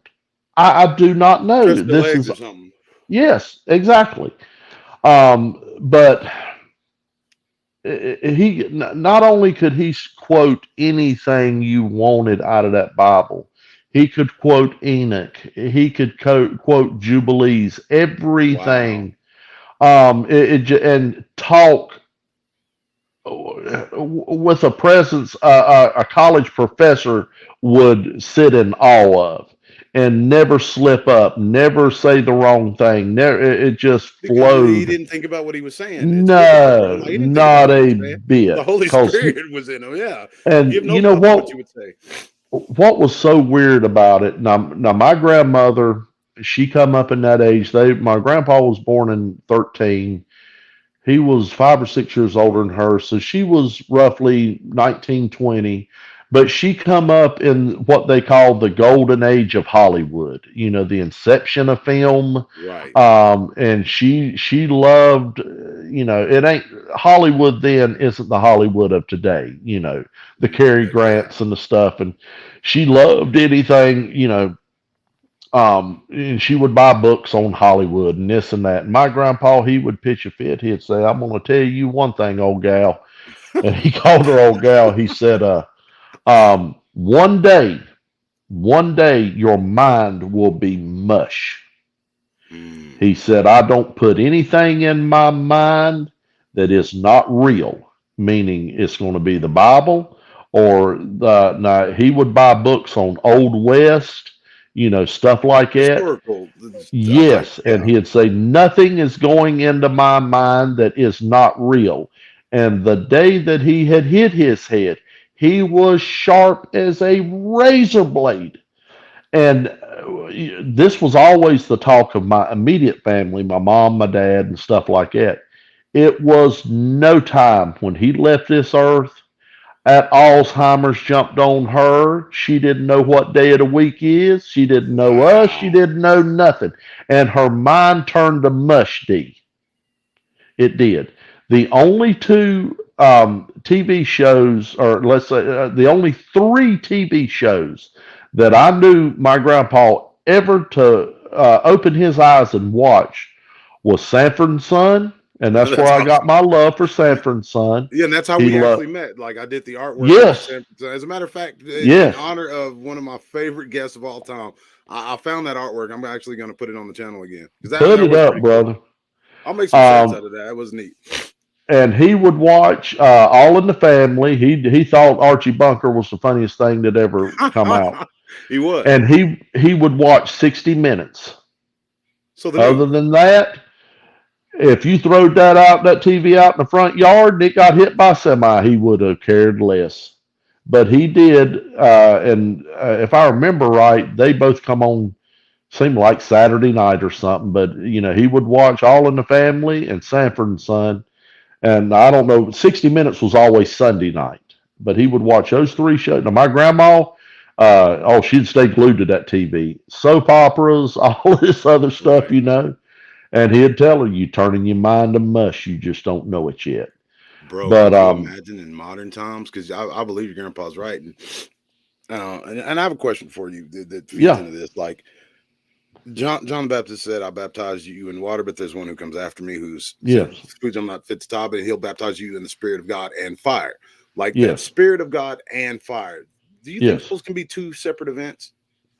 Like you have the baptism in the Spirit It of very God. well may could, it very well may could be. I just wanted your opinion on that, but like, Well, you think back now, Paul, if I remember correctly, was when he went to the Corinthians, and he finally asked him. He was talking to preaching to him and whatnot, and he said, "Have y'all received the Holy Ghost?" And he said, "Well, we ain't even never heard that there was a Holy Ghost." He yeah, said, "Well, y'all yeah, been baptized, ain't you?" And he said, "Yeah, in we've been Paul's under the name. baptism of John, but Yep, that's the only one we know of." And he told him the same thing, that you'll be baptized by yep. the Spirit and by fire. So I know those two are two different baptisms of John and Christ. And it said, The reason I asked that, bro, when, is I had the Holy Spirit when I was young. I had a firm yeah, awareness. Mama being a Sunday school teacher, and I read the Bible, the KJV, the Bible, like yeah, daily. I went to Christian school and yeah, all that stuff, so I had a firm awareness of my spiritual life and the importance of the Bible. But I think it was when I was going through that poltergeist experience before I got into this cryptid stuff that I yeah. got the baptism in fire, bro. I like that's the last time I really felt fear. Is like Yeah. somebody would know it. I hit my All right. knees Well, and I let's cried look out at it like directly to this. God.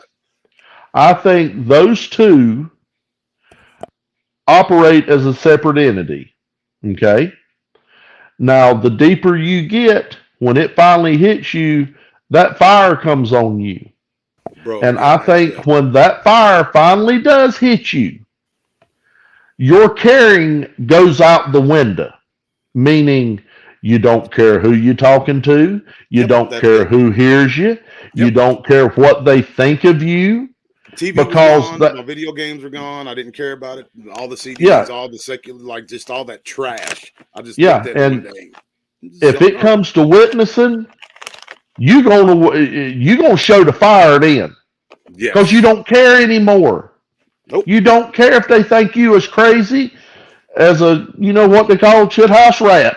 you Yep. know because I Exactly. got something to say, and if you don't want to hear it, You that's ain't got to fine listen, but I too. mean, yeah, and the rich man also died and was buried, and in hell he Oh lifted up yeah, his eyes, being in torment. So Lazarus yes, is far off, and Abraham in his yeah, bosom. Drop yep, of water, he's in yeah, torment. begging for a Just a drop drop. of water. Just a drop, Uh, boy. Yes. I don't know about them, but I don't want to go to hell. No, no, I don't want nothing to do about it. I don't like summers in North Carolina, much less. No, Joe. Yeah, it gets hot here in July in Shoot. Oklahoma. You're talking about Uh, hell, no. no, Lord, no. But he did think they were from a demonic nature. Now he had a lot of opinions on Bigfoot. He never thought that they were Bigfoot or a Sasquatch. He Really? thought they were something completely different. Um, because they didn't. If you look at the pictures of Patty, and especially the renderings that oh gosh, what's his name? I'm MK friends with Davis? him on. Yes, Yes. the high definition he has pulled out painstakingly. You can Painstakingly is see, right. Frame by frame. yes, you can see definition in that face. You Yes, you can, can. see it all. This was The nothing like it. memories, It like, was yeah, it was as it's definitely female. flat. Yeah, it was as flat. Now I can't say that I ever seen any what I would call a female. I can't tell you they were male. I couldn't see any genitalia or anything like that. But there was something there because that crowd could pee. I know that, like a Russian racehorse. but Yes, sir. yeah, but couldn't see any breast, anything like that. But then again, like you were saying a while ago, they may have been juveniles. Who And knows? just the way you were describing them, bro, like the picture, because at one point in time when you're telling, I was sitting back in my head and I'm in Brown Springs. I'm going through Yeah, there, my first 2 years of research when I was broad-eyed and bushy-tailed and full of wonder about this stuff and just absorbing like the evidence because there really is evidence. Um, that was one thing that stuck out, man. I've not heard anybody. I mean, they probably have, but I've made it my business not to listen to any of the yeah, podcasts, like just because I'm in the field. yeah. And that's one thing that I don't hear a lot of people talk about is the butt print looking like it looks like the cartoon heart almost. Yes, You know what I yes, mean? Like yep, and then their feet firmly planted. yep, And like I said, you would say, and I call this to daycare just because it was almost like they had assigned seats. yeah, They would yeah. just sit in the same spot all the time. Like, was it like that when you looked across where When this little group showed up, it was always like five or six of them. I never remember anything other than a minimum of five, but there was never more than five or six, possibly seven. But they would stand in almost a perfect formation, left to right. They never, like, one would wander off and you couldn't see him, and he'd come back to. Nope, they all stood there, but they weren't standing like statues. They were just kindly shuffling a little bit, and you they weren't would just they. standing like they were animated. They were living beings. They would Yes, adjust oh yes, they themselves. would look at each other, and I know in my heart of hearts they were saying something to each other, but I couldn't hear it. And later on, as I got older, and you start hearing about, there's sounds like a dog whistle. We can't hear a dog whistle, but a dog sure can. And there's other things like that. There was never any what people call infrasound where That's we not, got bro. There's no sick. that infrasound stuff is hogwash. It's something Okay. spirit. It's something spiritual. It Well, absolutely is. okay, yes, I will agree with that. I Yeah. will agree wholeheartedly with that. Just Um, from my field experience, I never did understand the infrasound like tigers and all them have. The deep guttural sound that yeah, instantly. That's not what they're doing.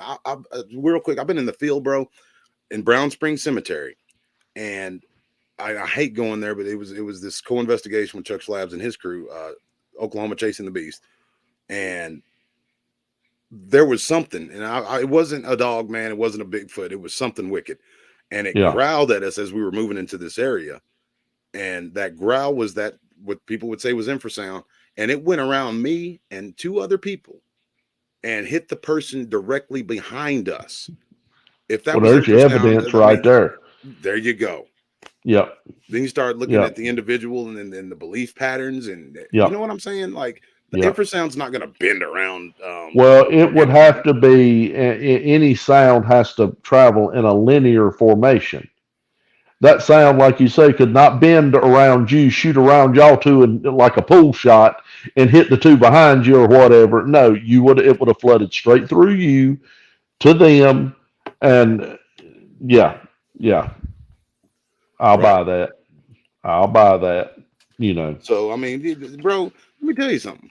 You are more astute than a third of the people in that's active researchers in the field Dude, I because study you're not this stuff all the time, D.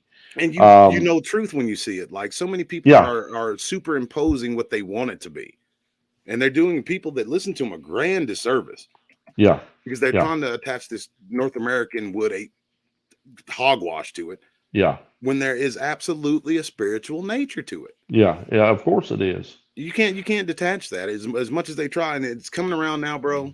With the way the world is, and it's inundating this field, we know what's going on, Yeah, but people are having to like kind of figure out a way that they can say, okay, well, yes, there is this spiritual nature to it, but it's X, Y, and Z. It's the quantum yeah, mechanics and the quantum yeah, field and yeah, quark interactions and all that yeah, hogwash. yeah. Bro, they'll never bend to truth. It's madness. No, no. Well, I call that grasping at straws. You know something's off. You won't allow yourself to look at anything scripturally. So it's got to be something else. And you know, I've Lord, I don't know how many uh, podcasts and stuff I've heard of people, eyewitnesses, saying this thing disappeared right in front of them. Boom, gone. Okay, Yeah, what Christ done that natural several creature does times. that? Yeah, You know, Christ done. I know that there is something that we can't see that can allow certain things, certain people, or whatever to pop in and out of existence. Christ done it several times. You know, they were all in the upper room. Boom, he didn't come through the door. He didn't slide in yeah, a window. He yep. was there. You know, um, Period. but how that works, I have no clue. But I know there is a spiritual side over there that we have nothing, no type of, just infancy knowledge of it. And, you know, Paul talked about it. It's all y'all fighting amongst yourselves. We don't wrestle with each other. Yep. You know, this is not with flesh and blood. You know, this is principalities and powers that Spiritual you wickedness in don't high under. places. Yes, and spiritual wickedness in high places. You just can't see it. And And you you know, and the natural man will never understand things of the spirit. no, no. Never. One of my favorite stories in the Bible's Elijah's little buddy come to him. They was getting ready to have the war. You know, the lines are laid out. Right. You know, and Israel's Elijah's little side. buddy. Elisha? Yeah, yeah. Uh, uh, you know, is his servant or whatever. You know, Oh yeah, I know. I Israel know you're talking about. Yeah, Israel didn't yeah. have much on their end, and you know the Philistines they was coming heavy. You know they got the pipes and they ready to go, Yeah, they and were he's ready. all his nerves are shot, and he's what are we going to do? And I try to picture in my mind, in humanistic terms. I can see him standing there with his eyes rolled back in his head, thinking, "Oh my Lord, I'm so tired of hearing this. I don't know what, Lord." Yeah. Will you just open his eyes up for a second and Uh-huh. let him see? And for a split second, maybe, I don't know, 15, 20 seconds, that veil was lifted. Yes, sir. And they were just, And God knows G how Mo many. Nelly. Yeah, Yes, we ain't so alone. yes, they're here. You can't see them, but that don't make any difference. It's tangible. And it He ain't created ending. both the visible and invisible. That's right. That's right. And this thing ain't going to end like that crowd over there thinks it's going to end, No. And, They think they have a semblance of control with their hadron colliders and but oh, yeah, and yeah. all that type of nonsense like that, bro. You're doing nothing that he don't allow you to do. And I saw heaven opened, Yes. Yeah. and Yeah. behold, a white horse, and he that sat Oh, upon him was yeah. faithful and true. Bro, I You can't know, D, it's wait. got to be pretty bad uh, when it's like it's talking in Revelation that you will be begging mountains to fall on you. Hmm. Yes, sir. What could be coming at you that would be so, and Crying, it's begging him like to it fall on said, us and hide us from the face of he that sit upon the throne and that's the right. wrath of the Lamb. The wrath of the Yeah. Lamb. But I've often thought of, it says in the scripture, Your mind hasn't thought. Your imagination hasn't thought. You can't even remotely imagine the things that the Lord has in store for the people that Yes. love Him. Isn't that Now, beautiful? I equate that with what we're talking about here. There is something so mighty, so terrible, so ferocious. I don't have the adjectives to put here. Intellectualism Yes, can't pontificate or spread out in a tangible way what is yes, taking place. They can't yeah. do it. They try. That That's when where you faith would be comes in. begging, a mountain to fall on you to save you, kill me right now, Yeah, to save me from what I'm seeing coming at me right now. men will beg for death, and death will Yes, and flee can't from get it. them. Flee Can't from get them. it. So no hanging yourself. No, No. head in the ovens to put your head in. None of that Yeah. stuff. I don't want no part in it. No part in it whatsoever. Ever. Not a bit. And I know too much. I've seen too much. I've witnessed Yep. too much for anybody to tell me this is a bunch of bull. And they and I know they're too so puffed up much, when they do D. it though. They don't even listen. They just wait No. their turn to talk, and whenever you get done giving them truth, they just proceed to try to chop it down because it's not their today. Somehow the devil's allowed another reality to be built. Oh yeah. Everybody has Yeah. Facebook, and if there's no dialogue, you and I can disagree, and we can still be brothers. Yeah. The disagreement's not going to change the spirit that dwells within us and the fellowship. But people of the world, they have their own imagination that's built this reality.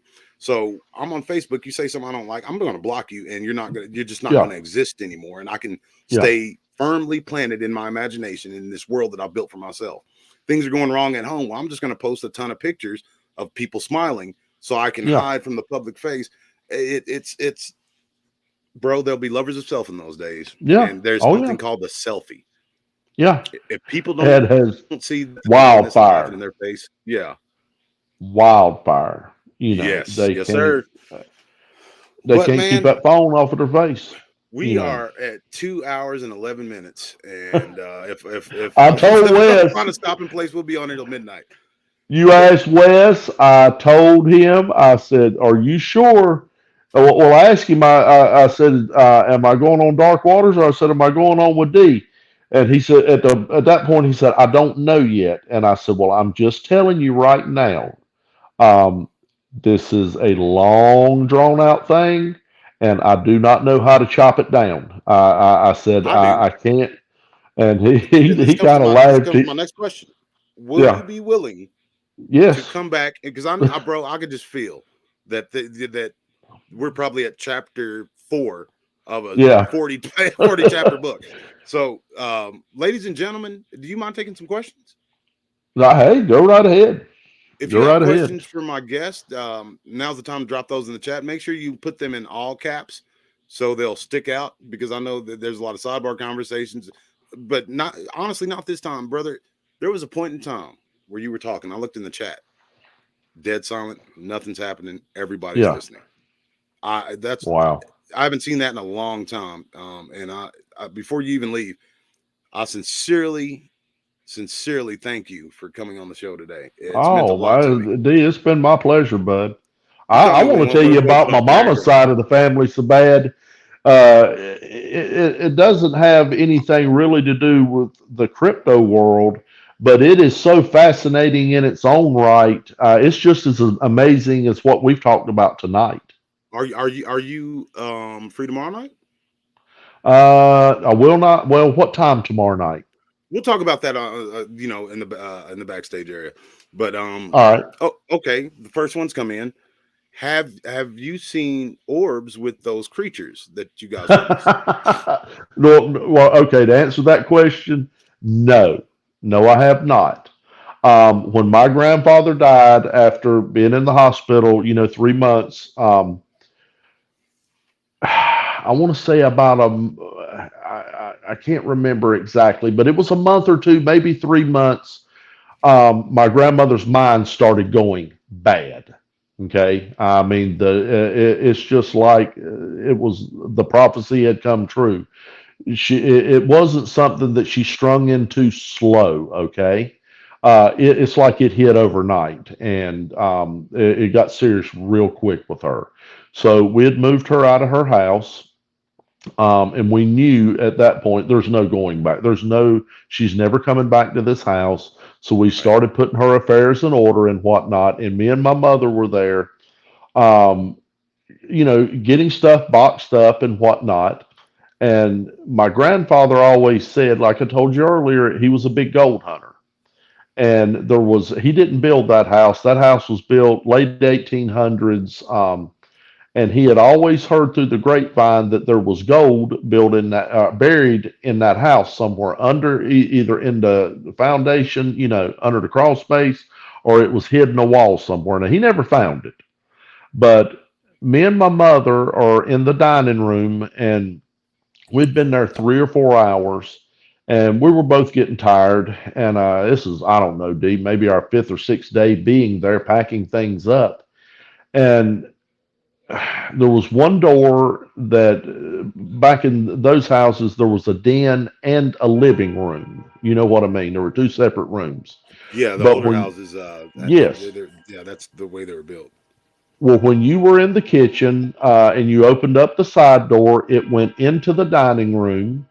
When you walked through the dining room, there was another door. When you opened that door, it went into the living room. Okay, so this is like three rooms in a row. Well, we had both doors closed up, and we were packing china up and some other stuff and whatnot. I stepped out into the kitchen. If I remember, I was going to get a drink of water or something, and I heard my mother say, "Oh my, would you look at that?" or something like that. And I come around, and when I walked through that door, D, and this was daylight outside, it was getting 5:30 or so. I bet you there were 100 orbs about the size of a baseball floating everywhere in that room. 100. Um, it looked like you were inside of a darn snow globe, and they were And about the these are the size of a orbs of light. baseball. Yes. And it happened now we had been in there, like I said, probably maybe 30, 40 minutes packing china up and, cleaning out the china cabinets that were in the dining room and just talking amongst ourselves, and when you hear my mother's side of the story, a lot of this will come a lot clearer. But I didn't see them when they appeared. I just heard my mother say, "Oh my," and like I said, I'm not 10 foot away in the kitchen. And I turned around and walked back in there, and it was the most amazing thing, just about, I had ever seen in my life. And they were just floating around everywhere, and up towards the ceiling, on maybe 6 inches off the floor. They would go around you. And it's not like I'm sitting in there swiping, trying to hit them. We're both so stunned, we don't know what to do. And slowly but surely, this went on maybe a minute or two. They just slowly started disappearing.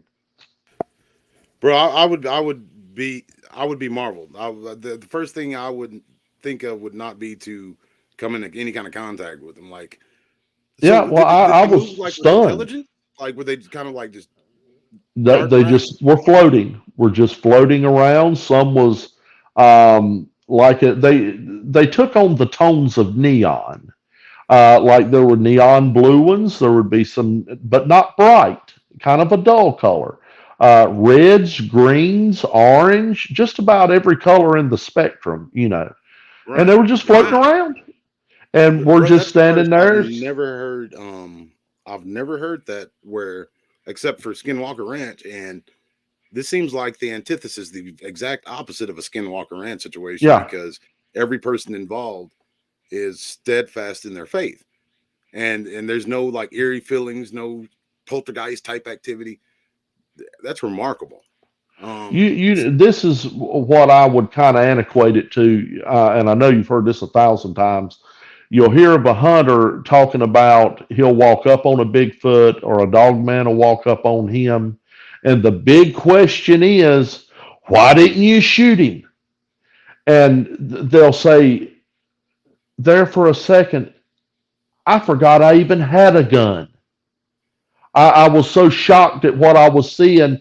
I didn't. Now, not everybody says that, and they'll say, "Well, why didn't you take a picture? Why didn't you get your?" That was the last thing on my mind of trying to get a phone out, to take because you're so, whatever, bedazzled by what you're seeing. That's Yeah. what it was. I'm just standing there like I'm lifeless, and I'm seeing my mother, and our hands are by our sides, and we're just standing there looking around, watching this stuff. And some were littler, but not much smaller. In my mind's eye, none of them was bigger than a baseball that I can picture. Some were maybe golf ball size, but there weren't any little tiny ones, and it was kind of like they were gone as fast as they showed up. Now, what Hmm. that meant, I have no clue.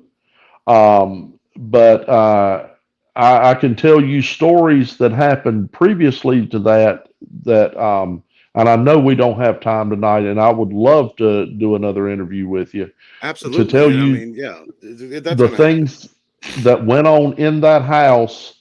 Uh, Now, one of these things, I did get terrified. Deal was so scared I didn't know what to do. Scaredest I ever been in my life. And I'll tell you that on the other one. Just say what was the scariest you ever been, and that'll pop Yeah, I right want in to hear my that off brain. air. I want to hear that off air. But Hey, okay, I'll tell you. But all right. Sincere Naranjo, who's okay, an obvious Normanite. Um, I got to give him a hard time because we call those the pseudo Yankees down here in Southern Oklahoma. yeah, When you when you witness the UFOs, that they yes, also glow really bright and then go dim and fade away. Because there's a no, lot of UFOs in Norman, Oklahoma that do this. And you, bro, or ma'am, I'm gonna drop my email in the chat. Like you're talking about Norman, Oklahoma, and the UFOs a lot. If you'd like to reach out and talk about it, or perhaps come talk about it on the show or something, you're more than welcome to do that. But I guess yeah, the question: did they glow really bright and then go dim? The UFOs. okay. This is how I would describe it. Most of them had that chasing light around the outer edge. Okay. Now, when I was first brought into this, okay, and he would sit out there and flick that flashlight on 3 or 4 times out of nowhere, and this is miles and miles, and it may have been 1,000 miles away. D, you would see these little lights; they look like stars, but you could see they were moving and they were coming straight for us. Now, when they come to us, it was never fast. The only time anything ever had any kind of speed was when they would float up. I'm going to say, I don't know, maybe 500, 1,000 yards, and then boom, like a bullet, they would be gone. They didn't disappear. They were gone because you could trail that light. But when they got there, um, it was like as they're coming to you, they're reflecting light. They're not glowing light. Now, the lights, the greens, the reds, and the blues that were chasing around the outside, whenever, for lack of a better term, when they decided to turn them on, now they were glowing, but the ship itself was not glowing. It was like it was reflecting light. Now, the Huh. closer it got to you, you could see that now way, way off, it may look like it's glowing, but once it got so close, you could see that this thing was like when I say a polished silver, I'm not talking a mirror finish polish. I'm talking you know, it was fairly shiny, but it was like it was reflecting light. Now, when they would come over the house, those suckers would sit right on top of that house. You had to bury and all you could see was the bottom of it. There was no like little pods that would come out where legs. I have no idea what No the. wind or nothing like no No, ghost. no, not a sound. You could hear That's a mouse madness. fart out there. That's madness. And That's when all they that always took got me off, about. That always got me you about those know, UFOs, like the yeah, lack of any kind of force in the yeah, way they fly, or just how they hover there. It yeah, defies the laws of gravity as we know it. yeah, Well, gravity, as they say, the theory of sure. gravity. Yeah, you just said the key word there, the theory. Amen. Yeah, I know a lot about that too. So, yeah, bro. Like, but I believe the book. yeah, that's right. That's right. But no, I can't say that they were, in my opinion, they were reflecting light. Instead of glowing, other than I call them chaser lights on the outside edge. Now you could tell those were glowing lights, and they would chase kind of like a cop car would, but they weren't running all the time. Sometimes they'd come on, sometimes they'd be off. Um, That's but weird. even the night we went over there, because you never could really see them at a side angle. It was always seeing it from the bottom, because you'd see this thing come floating down straight over your head. It ain't like they're 40 miles off in the east and you're seeing them heading your way. No, no, no. This was coming straight down. Now, the night we went to the substation over there, you could see them. Now, it's dark, you couldn't make out the shape of them, but you could somewhat. But you were seeing somewhat of a side angle. We may have been 2/10 of a mile behind them, and there was three or four of them then. But you could see a rough shape of them. They were definitely that dish shape, but they weren't glowing then. You know, it was just like they was whatever light they could gather, you were seeing a reflection of it, And the smoothness of it, like it Yes, was some very 3D printed smooth. or something. Yeah, no That's what I would have door, no door, nothing that would look like, the door on a landing gear on a plane or something, nothing like right. that. And for all I know, they didn't have landing gear. They could have come, like Pop was saying, that thing was hovering about 3 foot off the ground. They may never land, They may just come down and sit there and hover right off, 2 foot off the ground, you know. Jar Pickles Uh, as this, and I don't know, like it's this Jar Pickles. This isn't necessarily just taking place centrally in the woods, but he asked, "What's the most baffling things you have seen in the woods?" he's Or asking most me the most what baffling thing. Yeah, uh, yeah. He's I asking. thought. He's like, you asking me? Yeah, I don't think like anything really took place in the woods No, per none of se. this ever took place in the woods. It was, this is what they call a rural community. Right. Towns 15 minutes away in either direction. There's a lot of woods there, but there's also a lot of farmland there. Probably about a 50-50 mixture. I got scared one time about 3 years ago. I do some field research. It's very hard in my area, 100 miles east or west of me. Now I grew up in the woods, and I probably seen stuff in the woods then that I wasn't paying attention to. All right, but the reason I say you can't do field research around here much is because in '88 Hugo come through here and destroyed half of North Carolina. Yeah. So even to this day, going walking in the woods, hiking in the woods, there's literally millions of trees torn down. That's now there's other trees grown up, but there's tree structures everywhere. I could take you, no exaggeration, D, 1,000 pictures of trees. What should be tree structures, but they're not. When that hurricane come through here, it made pixie sticks of everything in the woods. This There you took go. 30 or 40 years to grow back up. But all of those dead trees are still laced and locked in each other. All of the trails we had as kids, they're not there anymore. You couldn't find them. So it makes it very hard. There's things I thought were newer things, Yeah. post that possibly were. I can't say I found any tracks around here. Now, I have seen some, and there are zero wolves around here for probably Really? 300 or 400 miles. Yeah, there's nothing in North Carolina. The only bear we have are black bear. And they're up in the mountains, and they're of the smallest nature, maybe 150, 175 pounds tops. But I have seen around here some very large canine tracks. I'm not going to say it's a dog man. Like abnormally large. Yeah, they're pretty nice size, pretty nice size. And there's some, I usually see them way back where I ride my four wheeler through the woods. It comes to kind of an open area and it's nothing but mud over there. And I don't see them a lot, but I have seen them over there. I have seen no signs of a dog man around here. One time, uh, I thought maybe off about 50 yards through the woods. I thought, and I this is just pure speculation. I thought it was a possibly a Bigfoot squatted down. I know it was not a tree or a stump, but I parked my four wheeler and I could see it. I was on a gravel road and I could see it. And I just kind of caught it out the corner of my eye. And I sit there and I watched it, and I watched and I watched and I watched, and it never moved.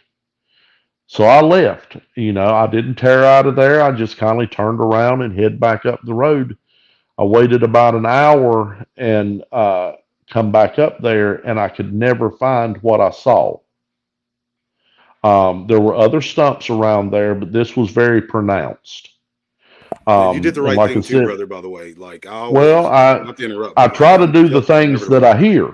Yeah, You know what I mean? absolutely. I try to do the things that I hear and I've learned, and I just kindly turn around. And I've always got a gun with me. I've got a rack on the front of my four wheeler, and I've got a tactical shotgun I usually carry with me with 8 rounds in it. Um, it's got Well, extended they'll sit down and shut magazine. up. You put that on them. Well, I've got it double aught buck slug, and I usually have a 357 with me. But I just saw it out the corner of my eye, and it was kind of like, whoa, hold on. I know these woods like the back of my hand around here. And I actually had to back up about 20 feet, and I seen it out there. And, through the woods aren't very thick at where we was at. And I just thought, that does not look like a stump. And I just Bro. sit I don't. there and I watched. They look. I don't know if that's something. And I'll send it to you. Why is it that like when they're sitting down like that, that's the first thing that pops into mind? I don't know. It was like the creatures I was describing. If it was one, it had to be sitting down like that with his head down, because Right. you couldn't see the shoulders and then a head on top of it. But it was so wide, left to right of, let's call, the possible stump, and it was flat across the top. Not like a Yes. board flat, but it was, it rolled. It didn't, there wasn't a Yep. head It sticking up would have looking at flopped. you. Yeah, but it did And look. Yeah, I know exactly what you're talking about. That's crazy about the too. time I started getting a little scared, I wasn't worried, because if it would have charged or something like that, I had plenty of time. One, I could have quit drawing my pistol easily, but I could have reached a foot and a half up and had that 12 gauge ready to go, before he could have made it halfway to me. But it never moved. And so I finally decided, maybe you just better ease on out of here. So Hmm. I turned it around and I went out slow. I didn't fly out, and I was probably a half mile from the house when I stopped, and I was sitting there thinking about it, and I thought about it for a while. And then it hit me, you dummy, why didn't you try to take a picture of it? But it would have been so far in the woods, it wouldn't have been worth 2 cents anyway. But I thought, well, I'm going to ride back up there. And I went right back to the same spot. And even though there are other stumps out there, I could not find, and I'm sitting right track for track, the same spot. I could not find that one that was that large that looked like that. And, I can't tell you, yes, it was. I can't say, no, it wasn't. Well, not But, being there and hearing you and everything you described, I'm willing to say yes, it was because it just. I well, mean, and another how thing, they do and it. let's lay this on the Holy Spirit too, that uneasy feeling that I got. I Mm. don't get those feelings like that unless there's something it's there for, you know what I'm saying? It's Yeah, there I for a absolutely know reason. what you're saying. It's distinct Yeah, too. It's not like your own. yeah, There's the intuition of our own spirit, and then yep, there's that and not it's not to blaspheme or degrade or denigrate, but it's almost like when you read comic books. I would learn to read on comic books. The spider sense, like it just yeah, pop. Like, wait a minute, yeah, this is something I'm not going to be able to ignore. There's this. Pay attention, something's going on, and it's immutable almost because you can ignore intuition. You can say, I don't know, it's my sure, imagination and yeah. walking in danger, but um, I think there was one more question. Go ahead. All right. This from James Bowen. With farmlands around any site with farmlands around, any sight or hearing of crop circles? Any sightings, or have you heard of the crop circles being in this No, area? if there is, I've never heard any of it. And he said, "Do you believe Uh, in them? yes, I do. Do you believe they're made by these vehicles or whatever?" Well, we got to go into things that you understand. Uh, I personally, with all of my heart, believe all of this is demonic. I do. And I'm not trying to make anybody mad, or you're as No, yeah, welcome to your opinion. And but they have powers, they have technology, they have whatever that is so far above us that it isn't funny. yeah. Um, do I think they're all real? Lord, no. But do I think some are? Oh yes. Oh yes, I do. But And I I think can't the means say they that make it. any Yeah. has I'm sorry. ever Go ahead. that I know of that has ever been around here. Now there was a time when there were a few cattle mutilations when these my grandpa called them the beast. That was his little nickname for them, the beast. And that That's season they interesting. were around, we did have some cattle mutilation. But back in those days, there was no term coined cattle mutilation. Right. They were just completely destroyed, ripped to pieces. There was no that I remember like people talking about surgical cuts or Yeah, the the blood precise, drained or like, what. yeah, all that kind of They were precise just cuts. Right. destroyed, destroyed. I seen one cow myself that was like that. And you've got to think too, we have no natural predators around here. We just got our first coyotes about 15 years ago. No kidding. Yes, they and once they got here, they multiplied. Uh, but we I bet have they're in no hog mountain heaven then. lions, huh? I bet they're in hog heaven, them coyotes. Oh my Lord, yeah. But we have no mountain lions. We have no natural predators. We're an hour and a half from the closest bear. Um, and that was the big. Now, Pop always said they done it. Those beasts done it. But he was if he was selective about who he told about the saucers, he was 10 times as selective as about what he said about these and to who he said it to. But Right. he always said privately he thought it was them because the way they wouldn't kill rabbits, but they would destroy the rabbits. And like I said, we'd never found anything but the pelts, and most of the time the pelts were ripped up in several pieces. Like the Um, hind end of the pelt. well, imagine from the side of the rabbit going up its back to the nape of its neck, uh, that area right in there, down to his butt.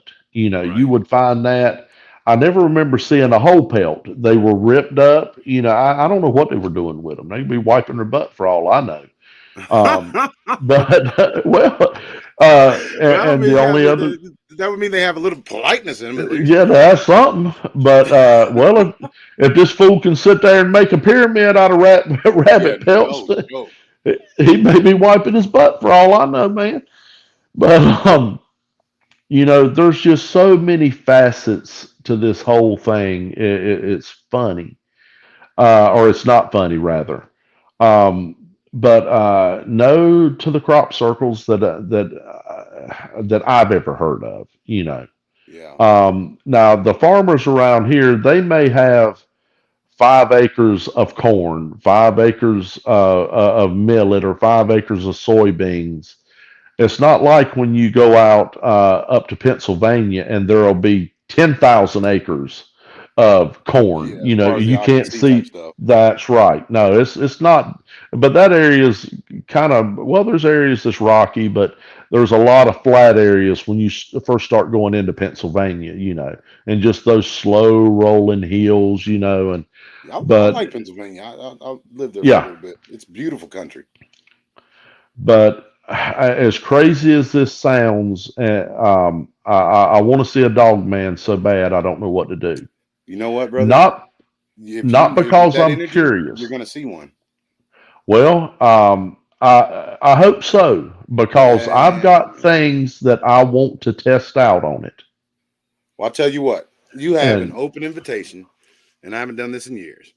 You have a open invitation to come down to Southern Oklahoma, and I will take you into Brown Springs.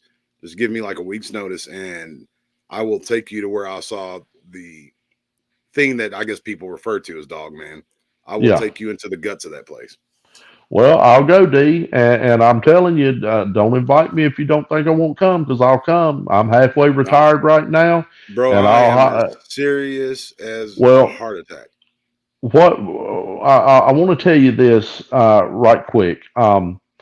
I heard something, and I listen to as much about UFOs as I do Dogman and Bigfoot. Did you hear the interview that I And did with Mister Ferraria? uh, Bro, check that interview I'll out. Like okay, he's a brother, and all right, man, he's going to come back on as well because in this time, I just think our people are being gifted information. Um, okay, that spirit of truth is delineating truth, yeah. Oh, I and guarantee people you. are and he's been in UFO. He's a director at MUFON. He's a 40-year plus ufologist. Okay. Very astute guy. He's in his 80s. He looks and moves better than me. And bro, just a remarkable dude. And this Well, I'll gentleman gave guarantee all sorts of you info. he knows of what I'm getting. If he's a Christian, I'll guarantee you he knows of what I'm getting ready to say.